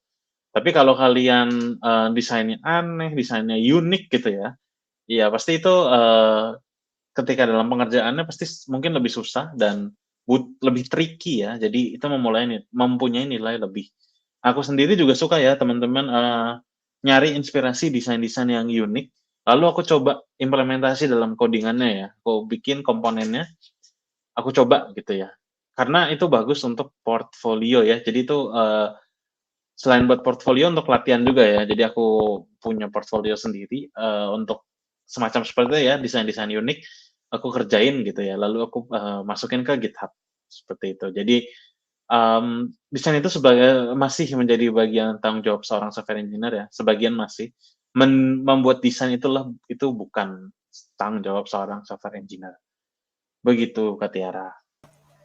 Oke, terima kasih banyak Kak Adit. Jadi nggak perlu bisa desain ya Kak, yang penting punya taste-nya itu tadi ya Kak ya, untuk tahu mana yang Betul, kayaknya oke dan enggak gitu ya dari desainnya. betul, betul, Kak. Oke, sip, thank you. Semoga sudah terjawab ya Kakak UI designer nih. Kalau misalnya masih ada follow up questions, boleh tanyakan lagi di link slide. Kita move on ke pertanyaan berikutnya. Ini ada yang nanya tentang Git. Kalau mau pakai Git di VS Code saja tanpa harus install Git Bash, bisa tidak? Silakan nih Kak. Oke, bisa ya. Jadi sebenarnya Git itu kalian bisa banyak ya teman-teman. Git itu jenisnya kalian itu bisa install Git Bash ya. Git Bash itu kalau nggak salah yang di Windows ya. Tapi itu juga dalam bentuk terminal ya. Jadi ada Git Bash, lalu itu kan yang di terminal ya. Ya Git yang biasa tuh biasanya di terminal, CLI ya. Lalu ada juga Git yang ada UI-nya ya. Jadi kayak aku lupa ya. Aku nggak pernah pakai sih jujur. Aku nggak pernah pakai Git yang ada UI-nya. Tapi itu juga ada ya. Itu juga ada. Mmm, di VS Code pun juga kalian bisa buka Git-nya dari terminal, tapi ada juga yang Git-nya itu adalah UI gitu ya. Jadi Git-nya berupa UI. Mungkin aku boleh share screen dulu, Kak Tiara? Boleh Kak, silakan. Coba aku move dulu. Oke, Oke, silakan Kak. thank you. Nah ini ya, jadi di sini ada kalian bisa akses Git dari terminal sini ya, bisa akses dari terminal sini maupun secara UI ya, secara tampilan. Itu ada di sini ya. Namanya source control, teman-teman, di sini. Nah, ini lihat di sini kalian bisa commit ya, mana aja yang mau di-commit. Ini bisa ya, bisa dari sini. Kayaknya ini bisa di-push juga deh. Nah, ini ya, ada commit dan amend. Ini mungkin kurang kelihatan ya, tapi ada commit and push. Jadi bisa dari sini ya. Ini kan kelihatan, jadi ini secara UI ada, tapi secara terminal juga ada gitu. Jadi bisa pakai salah satunya. Nah, cuman kalau aku sendiri sih lebih senang pakai yang terminal gitu. Ya. Jadi kalau mau pakai Git di VS Code saja tanpa harus install Git Bash bisa tidak? Bisa ya, teman-teman. Karena dari VS Code-nya udah menyediakan bawaan. Begitu, Kak Tiara. Oke, sip. Semoga terjawab ya Kak. Kalau misalnya masih ada follow-up questions, boleh tanyakan lagi di link Slido. Kita move on ke pertanyaan berikutnya. Oke, ini dari Kak Amanai. Kak, gimana ya biar termotivasi terus buat belajar bahasa pemrograman? Kadang ngerasa sulit, terus gak semangat lagi. Gimana nih tips and triksnya nih Kak Adit? Eh, nanti ada ya di hari apa ya, hari Kamis minggu kedua itu ada kita bahas tentang karir di dunia software engineer ya. Mungkin itu nanti datang ya di hari itu. Nanti di situ kalian bisa menjadikan salah satu ya faktornya itu menjadi motivasi gitu ya. Jadi itu lalu tentu menjadi seorang programmer memang aku akuin sulit ya. Jadi justru aku nih nggak percaya dengan orang yang bilang menjadi programmer itu gampang ya. Sulit ya, makanya Revoyo pun mengadakan bootcamp ya. Kalau mungkin nggak susah ya, Revoyo ngapain ngadain bootcamp ya, orang gampang. Ngapain Revoyo hadir di sini ya. Mmm, jadi memang wajar wajar ketika kamu merasa kesulitan, mungkin merasa nggak semangat gitu ya, tapi mungkin yang bisa kamu, ingat-ingat adalah apa tujuan kamu belajar bahasa pemrograman, ya. Dulu tujuanku adalah menjadi IS engineer gitu ya, tentu untuk memiliki hidup yang lebih baik ya, untuk memiliki taraf hidup yang lebih baik ya. Jadi, ya itu bukan sebuah hal yang memalukan ya, justru itu adalah motivasi yang real, yang nyata, yang sangat bagus menurutku, teman-teman. Jadi memang menjadi seorang, programmer, bisa mengubah taraf hidup kalian lebih baik lagi ya, dan again programmer masih banyak dibutuhin, masih banyak lowongannya, even sekarang lagi tech winter sorry, itu masih cukup ya lumayan banyak ya lowongannya, walaupun mungkin jauh berkurang ya dari sebelumnya, tapi ya masih oke gitu. Jadi, balik lagi ya ke tujuan kamu, kamu harus punya tujuan yang kuat ya, sehingga itu tuh bisa jadi motivasi kamu ketika belajar bahasa pemrograman. Begitu, Kak Tiara. Oke, sip. Thank you Kak Adit. Jadi buat teman-teman yang mungkin kesulitan ya kalau belajar sendiri gitu kan terkait bahasa programnya, aku sarankan untuk berada di lingkungan yang tepat juga yang bisa nge-support kalian terus nih biar terus termotivasi dengan cara join ke Pusat Programmer Rebo yuk. Karena nantinya akan dapat banyak fasilitator juga ya, bukan cuma instructor yang ngajar, tetapi juga nanti akan ada teaching assistant juga kayak ASDOS gitu kalau di perkuliahan. Semisal kalian ketika lagi belajar di kelasnya gitu ya masih ada yang mungkin nggak ke catch up gitu kan, kalian bisa ditanyain langsung ke si teaching assistant tersebut. Nantinya kalau misal kalian juga butuh untuk di-review lagi gitu ya, nanti juga akan dapetin recordingannya nih teman-teman, recording kelasnya yang bisa kalian review-review sendiri lagi. Dan pastinya dapetin assignments ya yang bisa membantu juga buat kedepannya kalian bisa lebih ngelotok lagi. Oke, sip. Kita lanjut dulu ke pertanyaan berikutnya. Ini ada dari Anonymous. Kak, untuk tes performa project yang sudah jadi menggunakan apa, Kak? Dan performa yang optimal itu berapa? Silahkan, Kak Adit. Oke, good question. Mungkin tadi ya, sama tugas software engineer nomor 3 kalau nggak salah ya. Mmm tes performa, apa namanya, project itu mungkin aku jawab pertanyaan terakhir dulu ya, performa yang optimal itu berapa? Sorry udah, aduh malah bingung sendiri. Jadi untuk tes performa project, itu kalian bisa pakai tools ya, bisa pakai tools kayak Google itu, nyediain ya, aku lupa ada, eee, beberapa website yang bisa nyediain ya. Lalu sebenarnya, apa gitu ya, yang dimaksud dari performa ya. Kalian harus define dulu, apa yang dimaksud dari performa ya. Performa project-nya optimal itu berapa ya, itu kan, udah terlihat ya, yang optimal itu seperti apa. Jadi kita, kita harus define dulu. Kita harus kasih tahu indikatornya apa aja ya. Biasanya dalam, hal ini, dalam tes performa tentu yang harus dilihat adalah load-nya ya. Jadi kalau misalnya kalian, buka sebuah page itu berapa lama dia load-nya ya. Lalu, berapa lama juga ketika kalian, butuh, page-nya itu ke-load ya. Jadi bukan cuma masuk ke dalam, tapi konten-konten di dalamnya sampai ke-load-nya itu, berapa ya, ngerender-nya juga seberapa lama. Lalu size yang nanti akan kemakan ya, akan memakan bandwidth dari user. Nah, itu hal-hal yang perlu kalian mungkin perhatikan ya ketika apa namanya, mengtes performan web kalian. Lalu optimalnya berapa sih? Ya, iya optimalnya sekecil mungkin ya, dari semua yang tadi secepat mungkin ya. Load time-nya harus secepat mungkin, page-nya ya nge-load-nya itu harus secepat mungkin, dan size-nya sekecil mungkin gitu. Mungkin memang, beda perusahaan beda case ya. Jadi, misalnya perusahaan A load 10 detik itu oke, karena mungkin memang kontennya berat banget gitu ya, itu contoh ya, contoh aja. Tapi di perusahaan lain 10 detik itu udah red flag ya, udah wah bahaya banget nih, udah, apa namanya, udah bahaya banget nih sampai 10 detik, ya nggak boleh.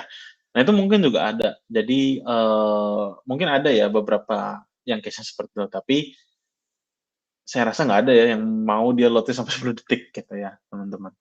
Jadi itu bisa pakai tools yang disediakan, lalu kita define apa aja KPI-nya ya, KPI-nya, lalu, performa optimalnya sekecil mungkin. Begitu, Kak Tiara. Oke, semoga lebih clear ya Kanon. Kita lanjut ke pertanyaan berikutnya. Ini ada dari Kak Anonymous juga. Aku coba yang jawab ya Kak ya. Boleh. Apakah RevoU ada kelas fundamental yang materinya back end? Jadi untuk kelas fundamental course ini kita masih di seputaran front end ya teman-teman. Ini bisa dibilang nggak ada 1%-nya ya Kak Adit ya untuk dari materi yang akan kalian pelajari di full stack program software engineering-nya gitu. Jadi buat kalian yang memang pengen lebih deep belajar seputar software engineering, baik itu dari segi front end-nya, back end-nya, ataupun nanti kalau misalkan mau jadi full stack gitu ya, langsung lanjutin aja pembelajaran kalian tadi di paid programs-nya gitu. For information, lagi aku mau ingetin kalau kalian daftar di link yang sudah tertera di pin message gitu ya, YouTube itu kalian nggak akan dipungut biaya apapun. Jadi masih harus mengikuti admission proses terlebih dahulu untuk tahu sebenarnya cocok atau enggaknya career goals kalian dengan full programnya kami. Semisal ternyata nggak cocok, nggak rugi juga karena nggak keluar biaya sama sekali. Terus kalau misalnya ternyata cocok dan juga udah konsul sama admission timnya RevoU, nanti kalian bisa mulai proses tuition fee-nya gitu dengan payment options yang sesuai dengan kondisi keuangan kalian juga gitu. Jadi buat teman-teman kalau mau belajar materi backend bisa dilanjutin ke full stack software engineering programnya ya. Oke, kita move on ke pertanyaan berikutnya. Ini ada dari Ask the Question. Apakah dengan ikut bootcamp software engineering nanti bisa jadi DevOps, QA, cyber security? Gimana nih Kak? Silakan. Oh, bootcamp software engineering ya, tergantung ya dia ngajarin apa. Kalau nggak ngajarin DevOps, QA, sama cyber security, kalian perlu effort lebih ya untuk belajar ya tentunya. Jadi, again, kayak tadi aku bilang, dokter aja, seorang dokter itu punya spesialisasi masing-masing. Ya, walaupun kita tahu ada dokter umum ya, tapi ada juga dokter spesialis bedah, dokter spesialis ini, spesialis itu. Nah, ini juga sama ya dengan software engineering. Kalian harus lihat tempat kalian belajar itu ngajarin apa, ya. Kalau memang mereka nggak mengajarkan, DevOps, QA, dan cyber security, tentu chance-nya lebih kecil ya, lebih kecil ketimbang kalian ikut bootcamp yang khusus membahas, DevOps, QA, cyber security. Ya, tadi Kak Tiara juga udah bilang ya, mungkin di, Revoyo ini ngajarinnya front end dan back end, dua-duanya ya, tapi belum tentu DevOps, QA, dan cyber security diajarin ya. Mungkin kalian, eee, jadinya harus belajar sendiri kalau seperti itu ya, karena nggak diajarin. Jadi perlu lihat ya, bootcamp-nya itu ngajarin apa gitu. Jadi nanti ekspektasinya kalian juga bisa sesuai ya, nggak kecewa. Begitu Kak Tiara. Mungkin dari Kak Tiara ada yang mau ditambahin juga nih? Yes, betul banget, buat Kak Asdi questions gitu ya. Jadi, kalau di software engineering program Revoyu kita lebih focusing ke, ngajarin front end, back end-nya gitu ya. Jadi buat kalian tahu sebenarnya kalian cocoknya kemana terkait yang lebih menjurus ke arah DevOps, QA, cyber security tadi, itu kalian bisa banget mungkin dapetin ketika lagi di specialization class setelah lulus dari full stack software engineering program Revoyu.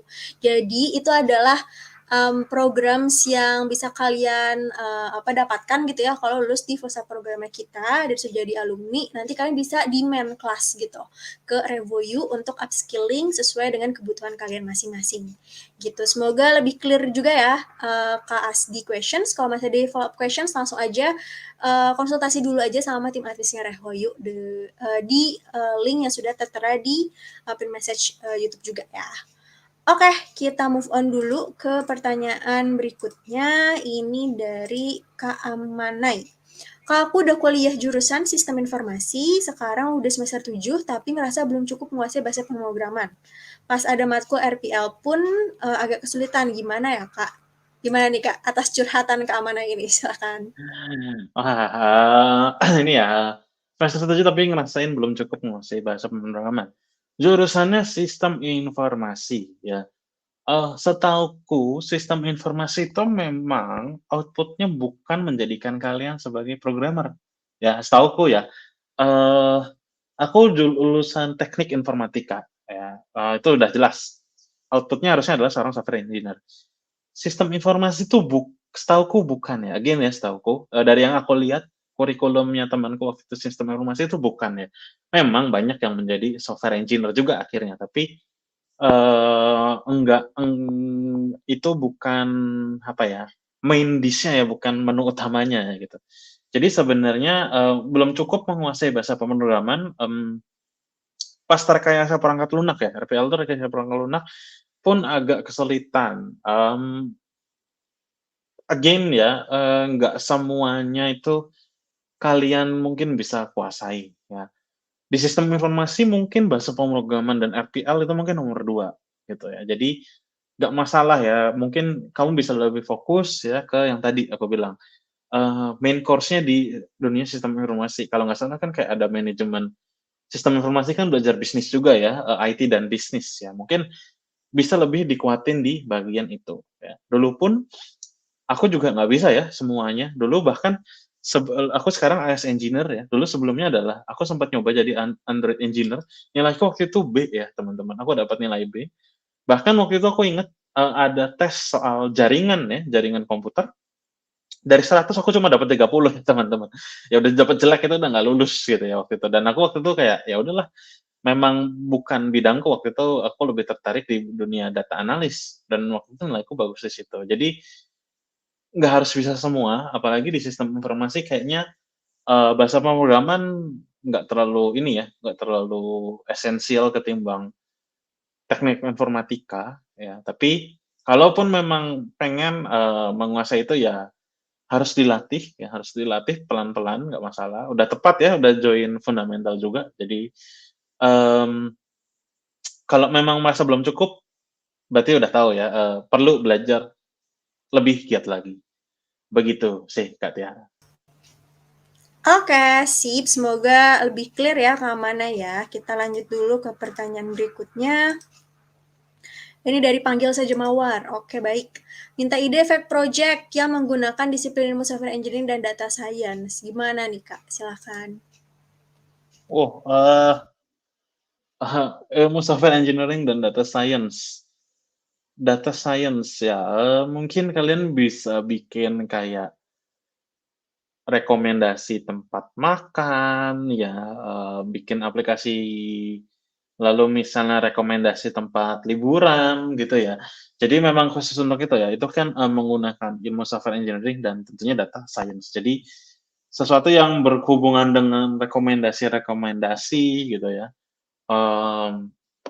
itu bisa ya, tapi harus pahamin dulu ya, data science scope-nya apa, software engineering juga scope-nya apa. Jadi nanti ketika, eee kamu mau coba ya projeknya, ya tentu udah mengerti harus buat apa, gitu ya. Mungkin belum kepikiran karena mungkin belum terlalu paham ya tentang software engineering, data science. Karena sebenarnya banyak sekali ya yang bisa kita bikin, dari menggabungkan 2 hal itu. Kayak tadi aku bilang ya, yang berhubungan dengan rekomendasi-rekomendasi itu ada hubungannya tentu dengan data science, tentang optimization ya, misalnya, eee, kita membuat jalur mana yang lebih cepat ya, kayak kalau sekarang kan udah ada Google ya. Tapi untuk kurir gitu ya, untuk mengatur, jalur kurir harus kemana dulu, nah itu juga bisa. Jadi seperti itu, project-project seperti itu ya, yang bisa kita gunakan untuk, menggabungkan antara software engineering dan data science. Begitu, Kak Tiara. Oke, sip. Terima kasih. Semoga terjawab ya, panggil saja Mawar dan juga teman-teman yang mungkin punya pertanyaan serupa nih buat ide Five Project. Kita lanjut dulu ke next question. Ini dari Anonymous, UI UX itu harus belajar ngoding nggak, Kak? Terus belajarnya mulai dari mana? Silakan, Kak. Oke, UI UX sebenarnya nggak perlu sih, setauku. Biasanya UI UX itu, mereka mungkin nggak bisa ya, sebelumnya nggak bisa programming terus, berubah menjadi seorang UI UX ya. Jadi aku punya banyak kenalan UI UX designer yang mereka itu, apa namanya, seperti itu ya. Jadi mereka adalah seorang tapi ada juga yang UI UX murni dan mereka nggak belajar tentang coding ya. Jadi itu nggak masalah, karena itu udah hal yang berbeda, apa namanya, berbeda sekali ya, job desk-nya udah berbeda. Ya, kalau misalnya mau nanya belajarnya dari mana, bisa belajar misalnya ya pengen tetap ngoding gitu ya, ya belajar HTML, belajar CSS, belajar Android, belajar, iOS ya, Swift, itu bisa ya dari situ karena itu real ya. Oke, sip. Terima kasih banyak, Kak Adit. Kita move on dulu ya, teman-teman ya. Mungkin tadi, Kak, di aku agak sedikit breaking voice-nya Kak Adit. Boleh diulangin tadi referensinya di mana, Kak, kalau mau belajar? Oh, ya, tadi itu ya, belajar HTML, belajar CSS, belajar Kotlin ya untuk Android dan Swift ya untuk iOS, karena itu relate banget dengan UI UX. Begitu tadi. Oke, boleh dicatat ya, teman-teman. Kita move on dulu ke pertanyaan berikutnya. Itu ada dari Anonymous. Kamu mau tanya, apakah tugas seorang front-end bisa digantikan oleh UI UX design? Karena ada tools seperti Figma yang bisa di-convert ke HTML. Silakan nih, Kak. Uh, kalau UI UX desainnya jago ngoding nggak bisa ya. Tapi kalau mereka, let's say ini mereka nggak bisa ngoding gitu ya, tentu nggak bisa ya teman-teman. Memang Figma itu ada, selalu kalau kalian bikin desain tuh dia di kanan tuh selalu ada apa ya, semacam konverternya ya. Entah itu mau ke HTML, ke iOS pun ada, ke Android pun ada. Tapi aku sendiri jarang pakai ya teman-teman. Jadi aku jarang banget lihat referensinya, Figma-nya itu karena bagiku kurang membantu ya, karena kayak kurang cocok gitu ya dengan apa yang aku pakai. Jadi apakah bisa?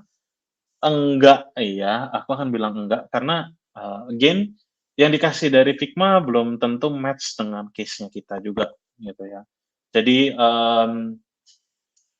masih susah ya kalau kita cuma ngandelin tools seperti Figma yang bisa convert, eee, desainnya ke HTML gitu. Aku sendiri pun jarang make ya, aku sendiri pun hampir nggak pernah pakai ya, bukan jarang lagi, hampir nggak pernah make yang dikasih dari Figma-nya, code-nya gitu. Begitu, Kak Tiara. Oke, berarti belum bisa digantikan ya kakak nih kalau misalnya jadi seorang front end. Oke, kita move on dulu ke pertanyaan berikutnya. Kalau masih ada follow up questions, boleh terusin lagi di slide ya. Ini ada dari Anonymous. Git di VS Code itu di bagian mananya ya kak? Nanti dijelasin kan? Gimana nih kak? Ya, tadi ya, kayak yang tadi mungkin aku udah sempat share juga ya, ke mana, tadi aku liatin bahwa Git itu ada yang di bawah ya, ada yang Git terminal dan ada yang Git UI ya. Jadi, ya Git yang di VS Code, ya itu Git yang di situ, gitu ya. Ada yang di bawah, ada yang di kiri. Besok tentu akan dijelasin ya, lebih lanjut lagi. Jadi, jangan jangan lupa datang gitu besok ya. Jadi karena besok Git-nya akan lebih kelihatan ya, akan lebih jelas lagi. Begitu Kak Tiara. Oke, jadi buat yang masih punya banyak pertanyaan seputar Git, wajib datang di sesi besok ya teman-teman, karena akan dijelasin juga gimana cara penggunaan Git untuk nantinya kalian ngerjain tugas si fundamental course-nya. Oke, kita move on ke pertanyaan berikutnya. Ini ada dari Anonymous. Terkadang template web di internet dimodifikasi CSS-nya, tapi perubahan tidak terjadi. Bagaimana debugging untuk CSS seperti halnya bahasa pemrograman? Silahkan nih Kak Adit. Oke, debugging-nya ya, kalian bisa inspect elemen ya, itu udah mungkin paling jelas ya. Jadi kalian tahu bagian mana yang mau dirubah, tapi kok nggak berubah gitu ya. Kalian klik kanan inspect elemen kan langsung kelihatan ya dia apa namanya.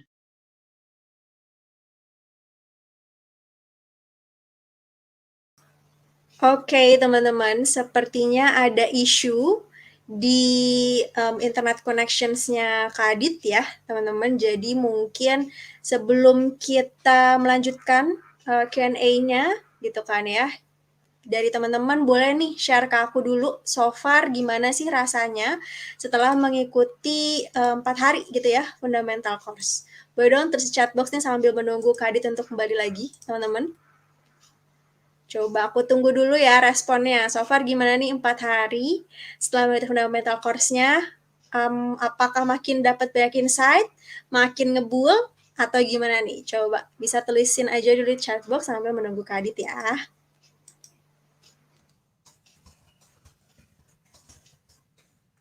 Aku tunggu nih responnya. Sekalian cek ombak juga masih pada bergabung nggak nih dengan kita nih ya di sesi Q&A ini atau udah pada tidur nih, pada ngantuk.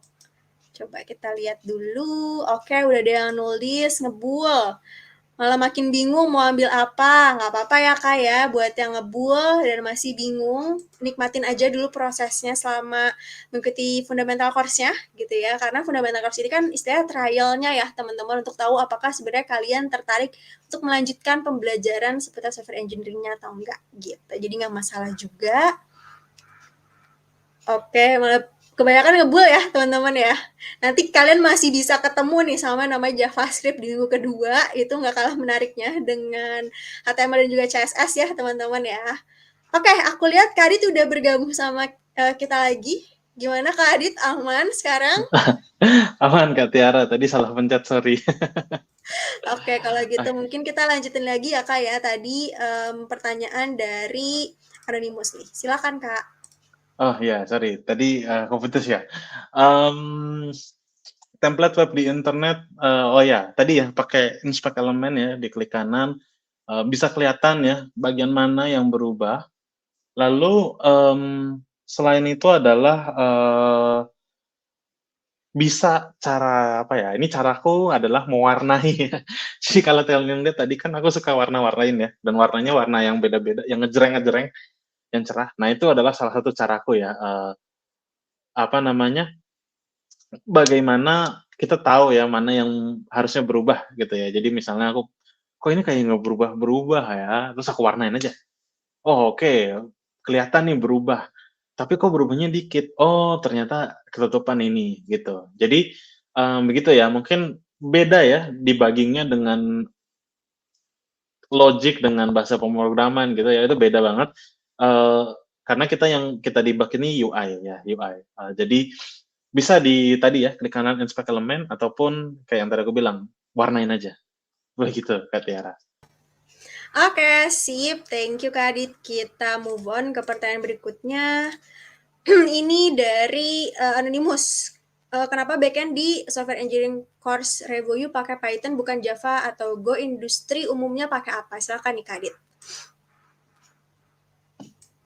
Ya, jadi bukan Java atau Go, industri umumnya pakai apa ya? Jadi mungkin di sini di RevoU ya kita menggunakan Python karena Python juga salah satu bahasa pemrograman yang populer banget ya teman-teman. Aku sendiri pernah ngerjain backend pakai Python ya.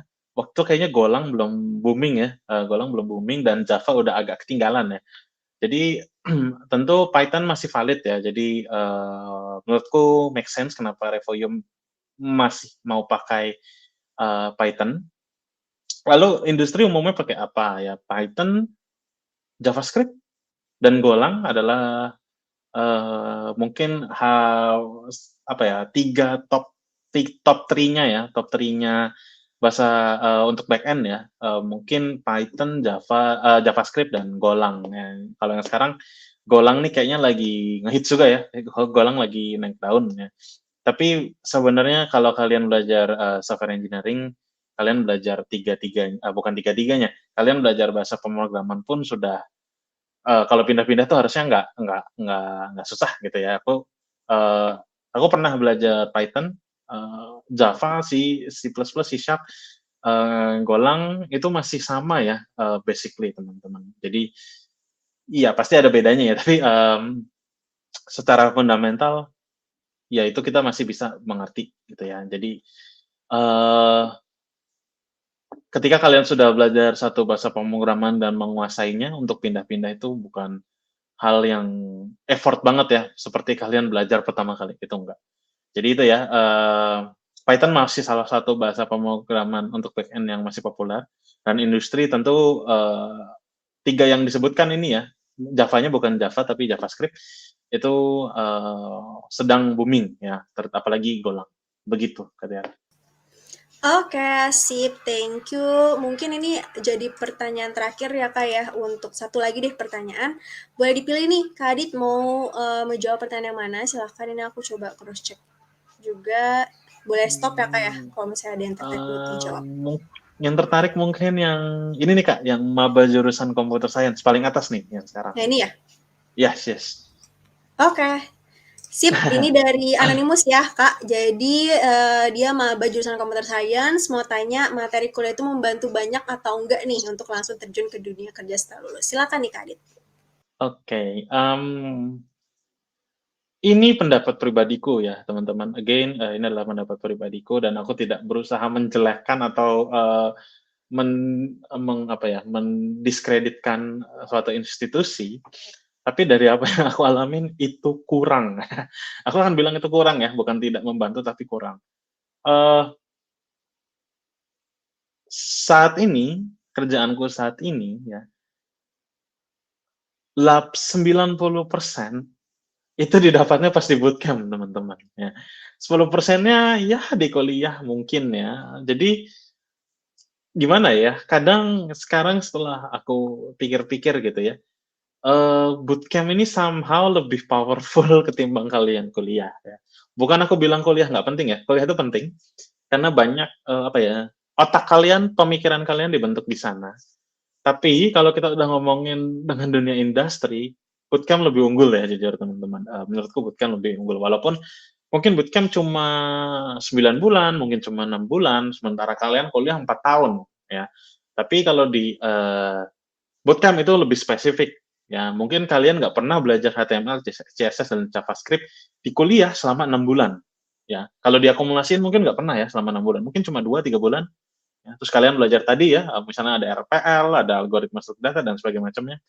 Jadi itu ya, menurutku kurang ya, kurang banget. Jadi ya mungkin itu adalah ini ya PR ya bagi institusi perkuliahan ya untuk gimana apa namanya kurikulumnya itu nggak kalah juga ya karena yang aku lihat benar-benar bahkan di tempat kerjaku sebelumnya ya, itu banyak yang bukan dari jurusan IT ya, bukan jurusan computer science itu banyak.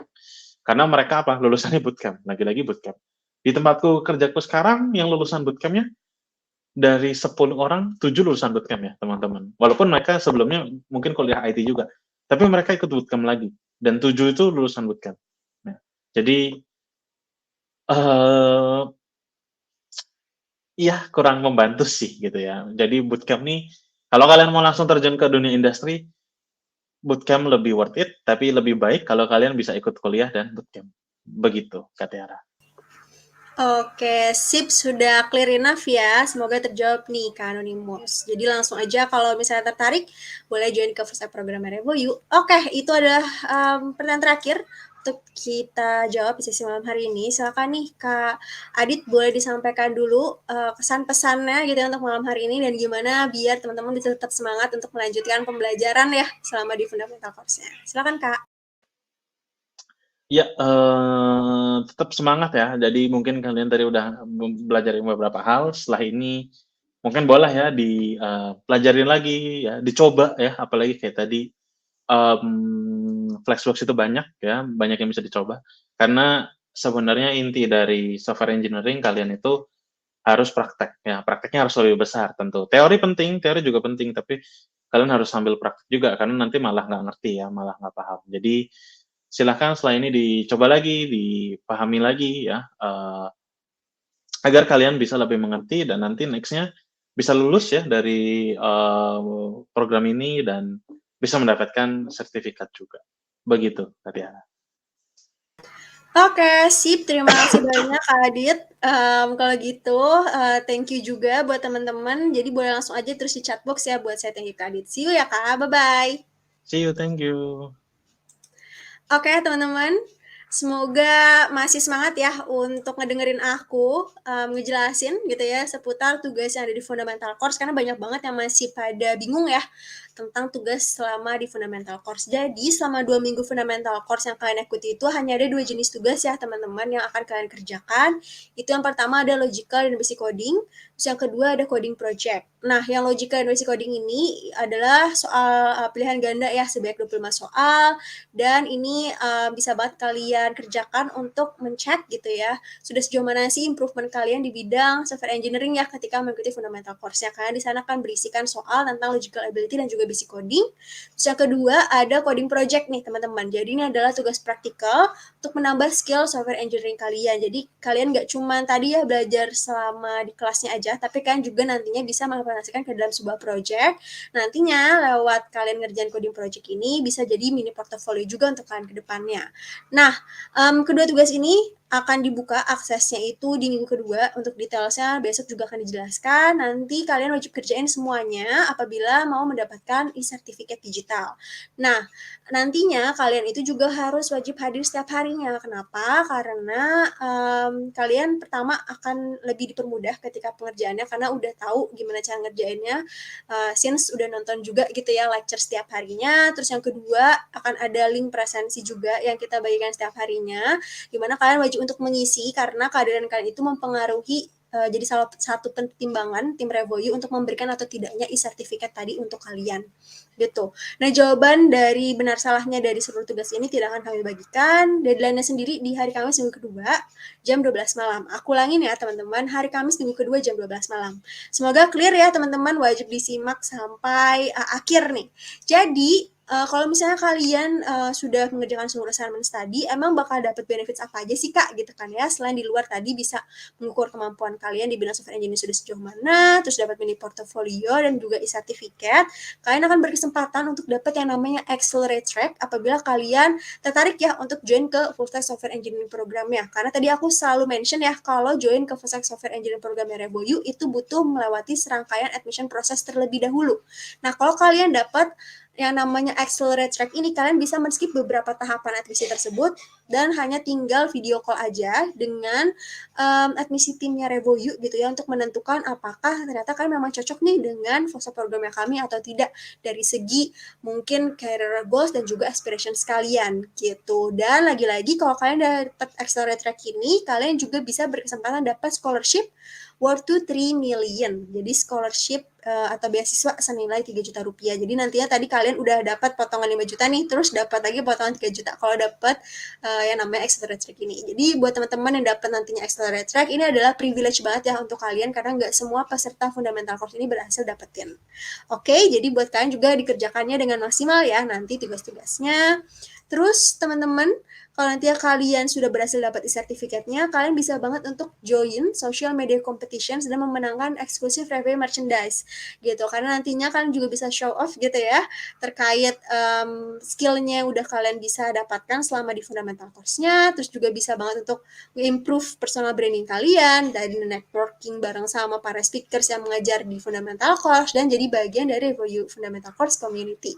Nah, untuk detail terkait social media competitions-nya nanti juga akan dijelaskan teman-teman di communication platform masing-masing sekitar di minggu kedua gitu ya. Jadi kalian pantengin terus aja communication platformnya kami dan terus aktif juga di sana. Nah, teman-teman, sampailah kita di penghujung acara gitu ya. Sekali lagi, thank you so much buat kalian sudah aktif gitu ya, berpartisipasi di chat box. Dan buat teman-teman yang mungkin tadi pertanyaan ada beberapa yang belum terjawab, nggak perlu khawatir, kalian nanti bisa nanyain lagi ketika diskusi sore ataupun di sesi berikutnya. Gitu. Oke, sekian aja dari aku. Sampai ketemu di Full Stack Software Engineering Program, teman-teman. See you!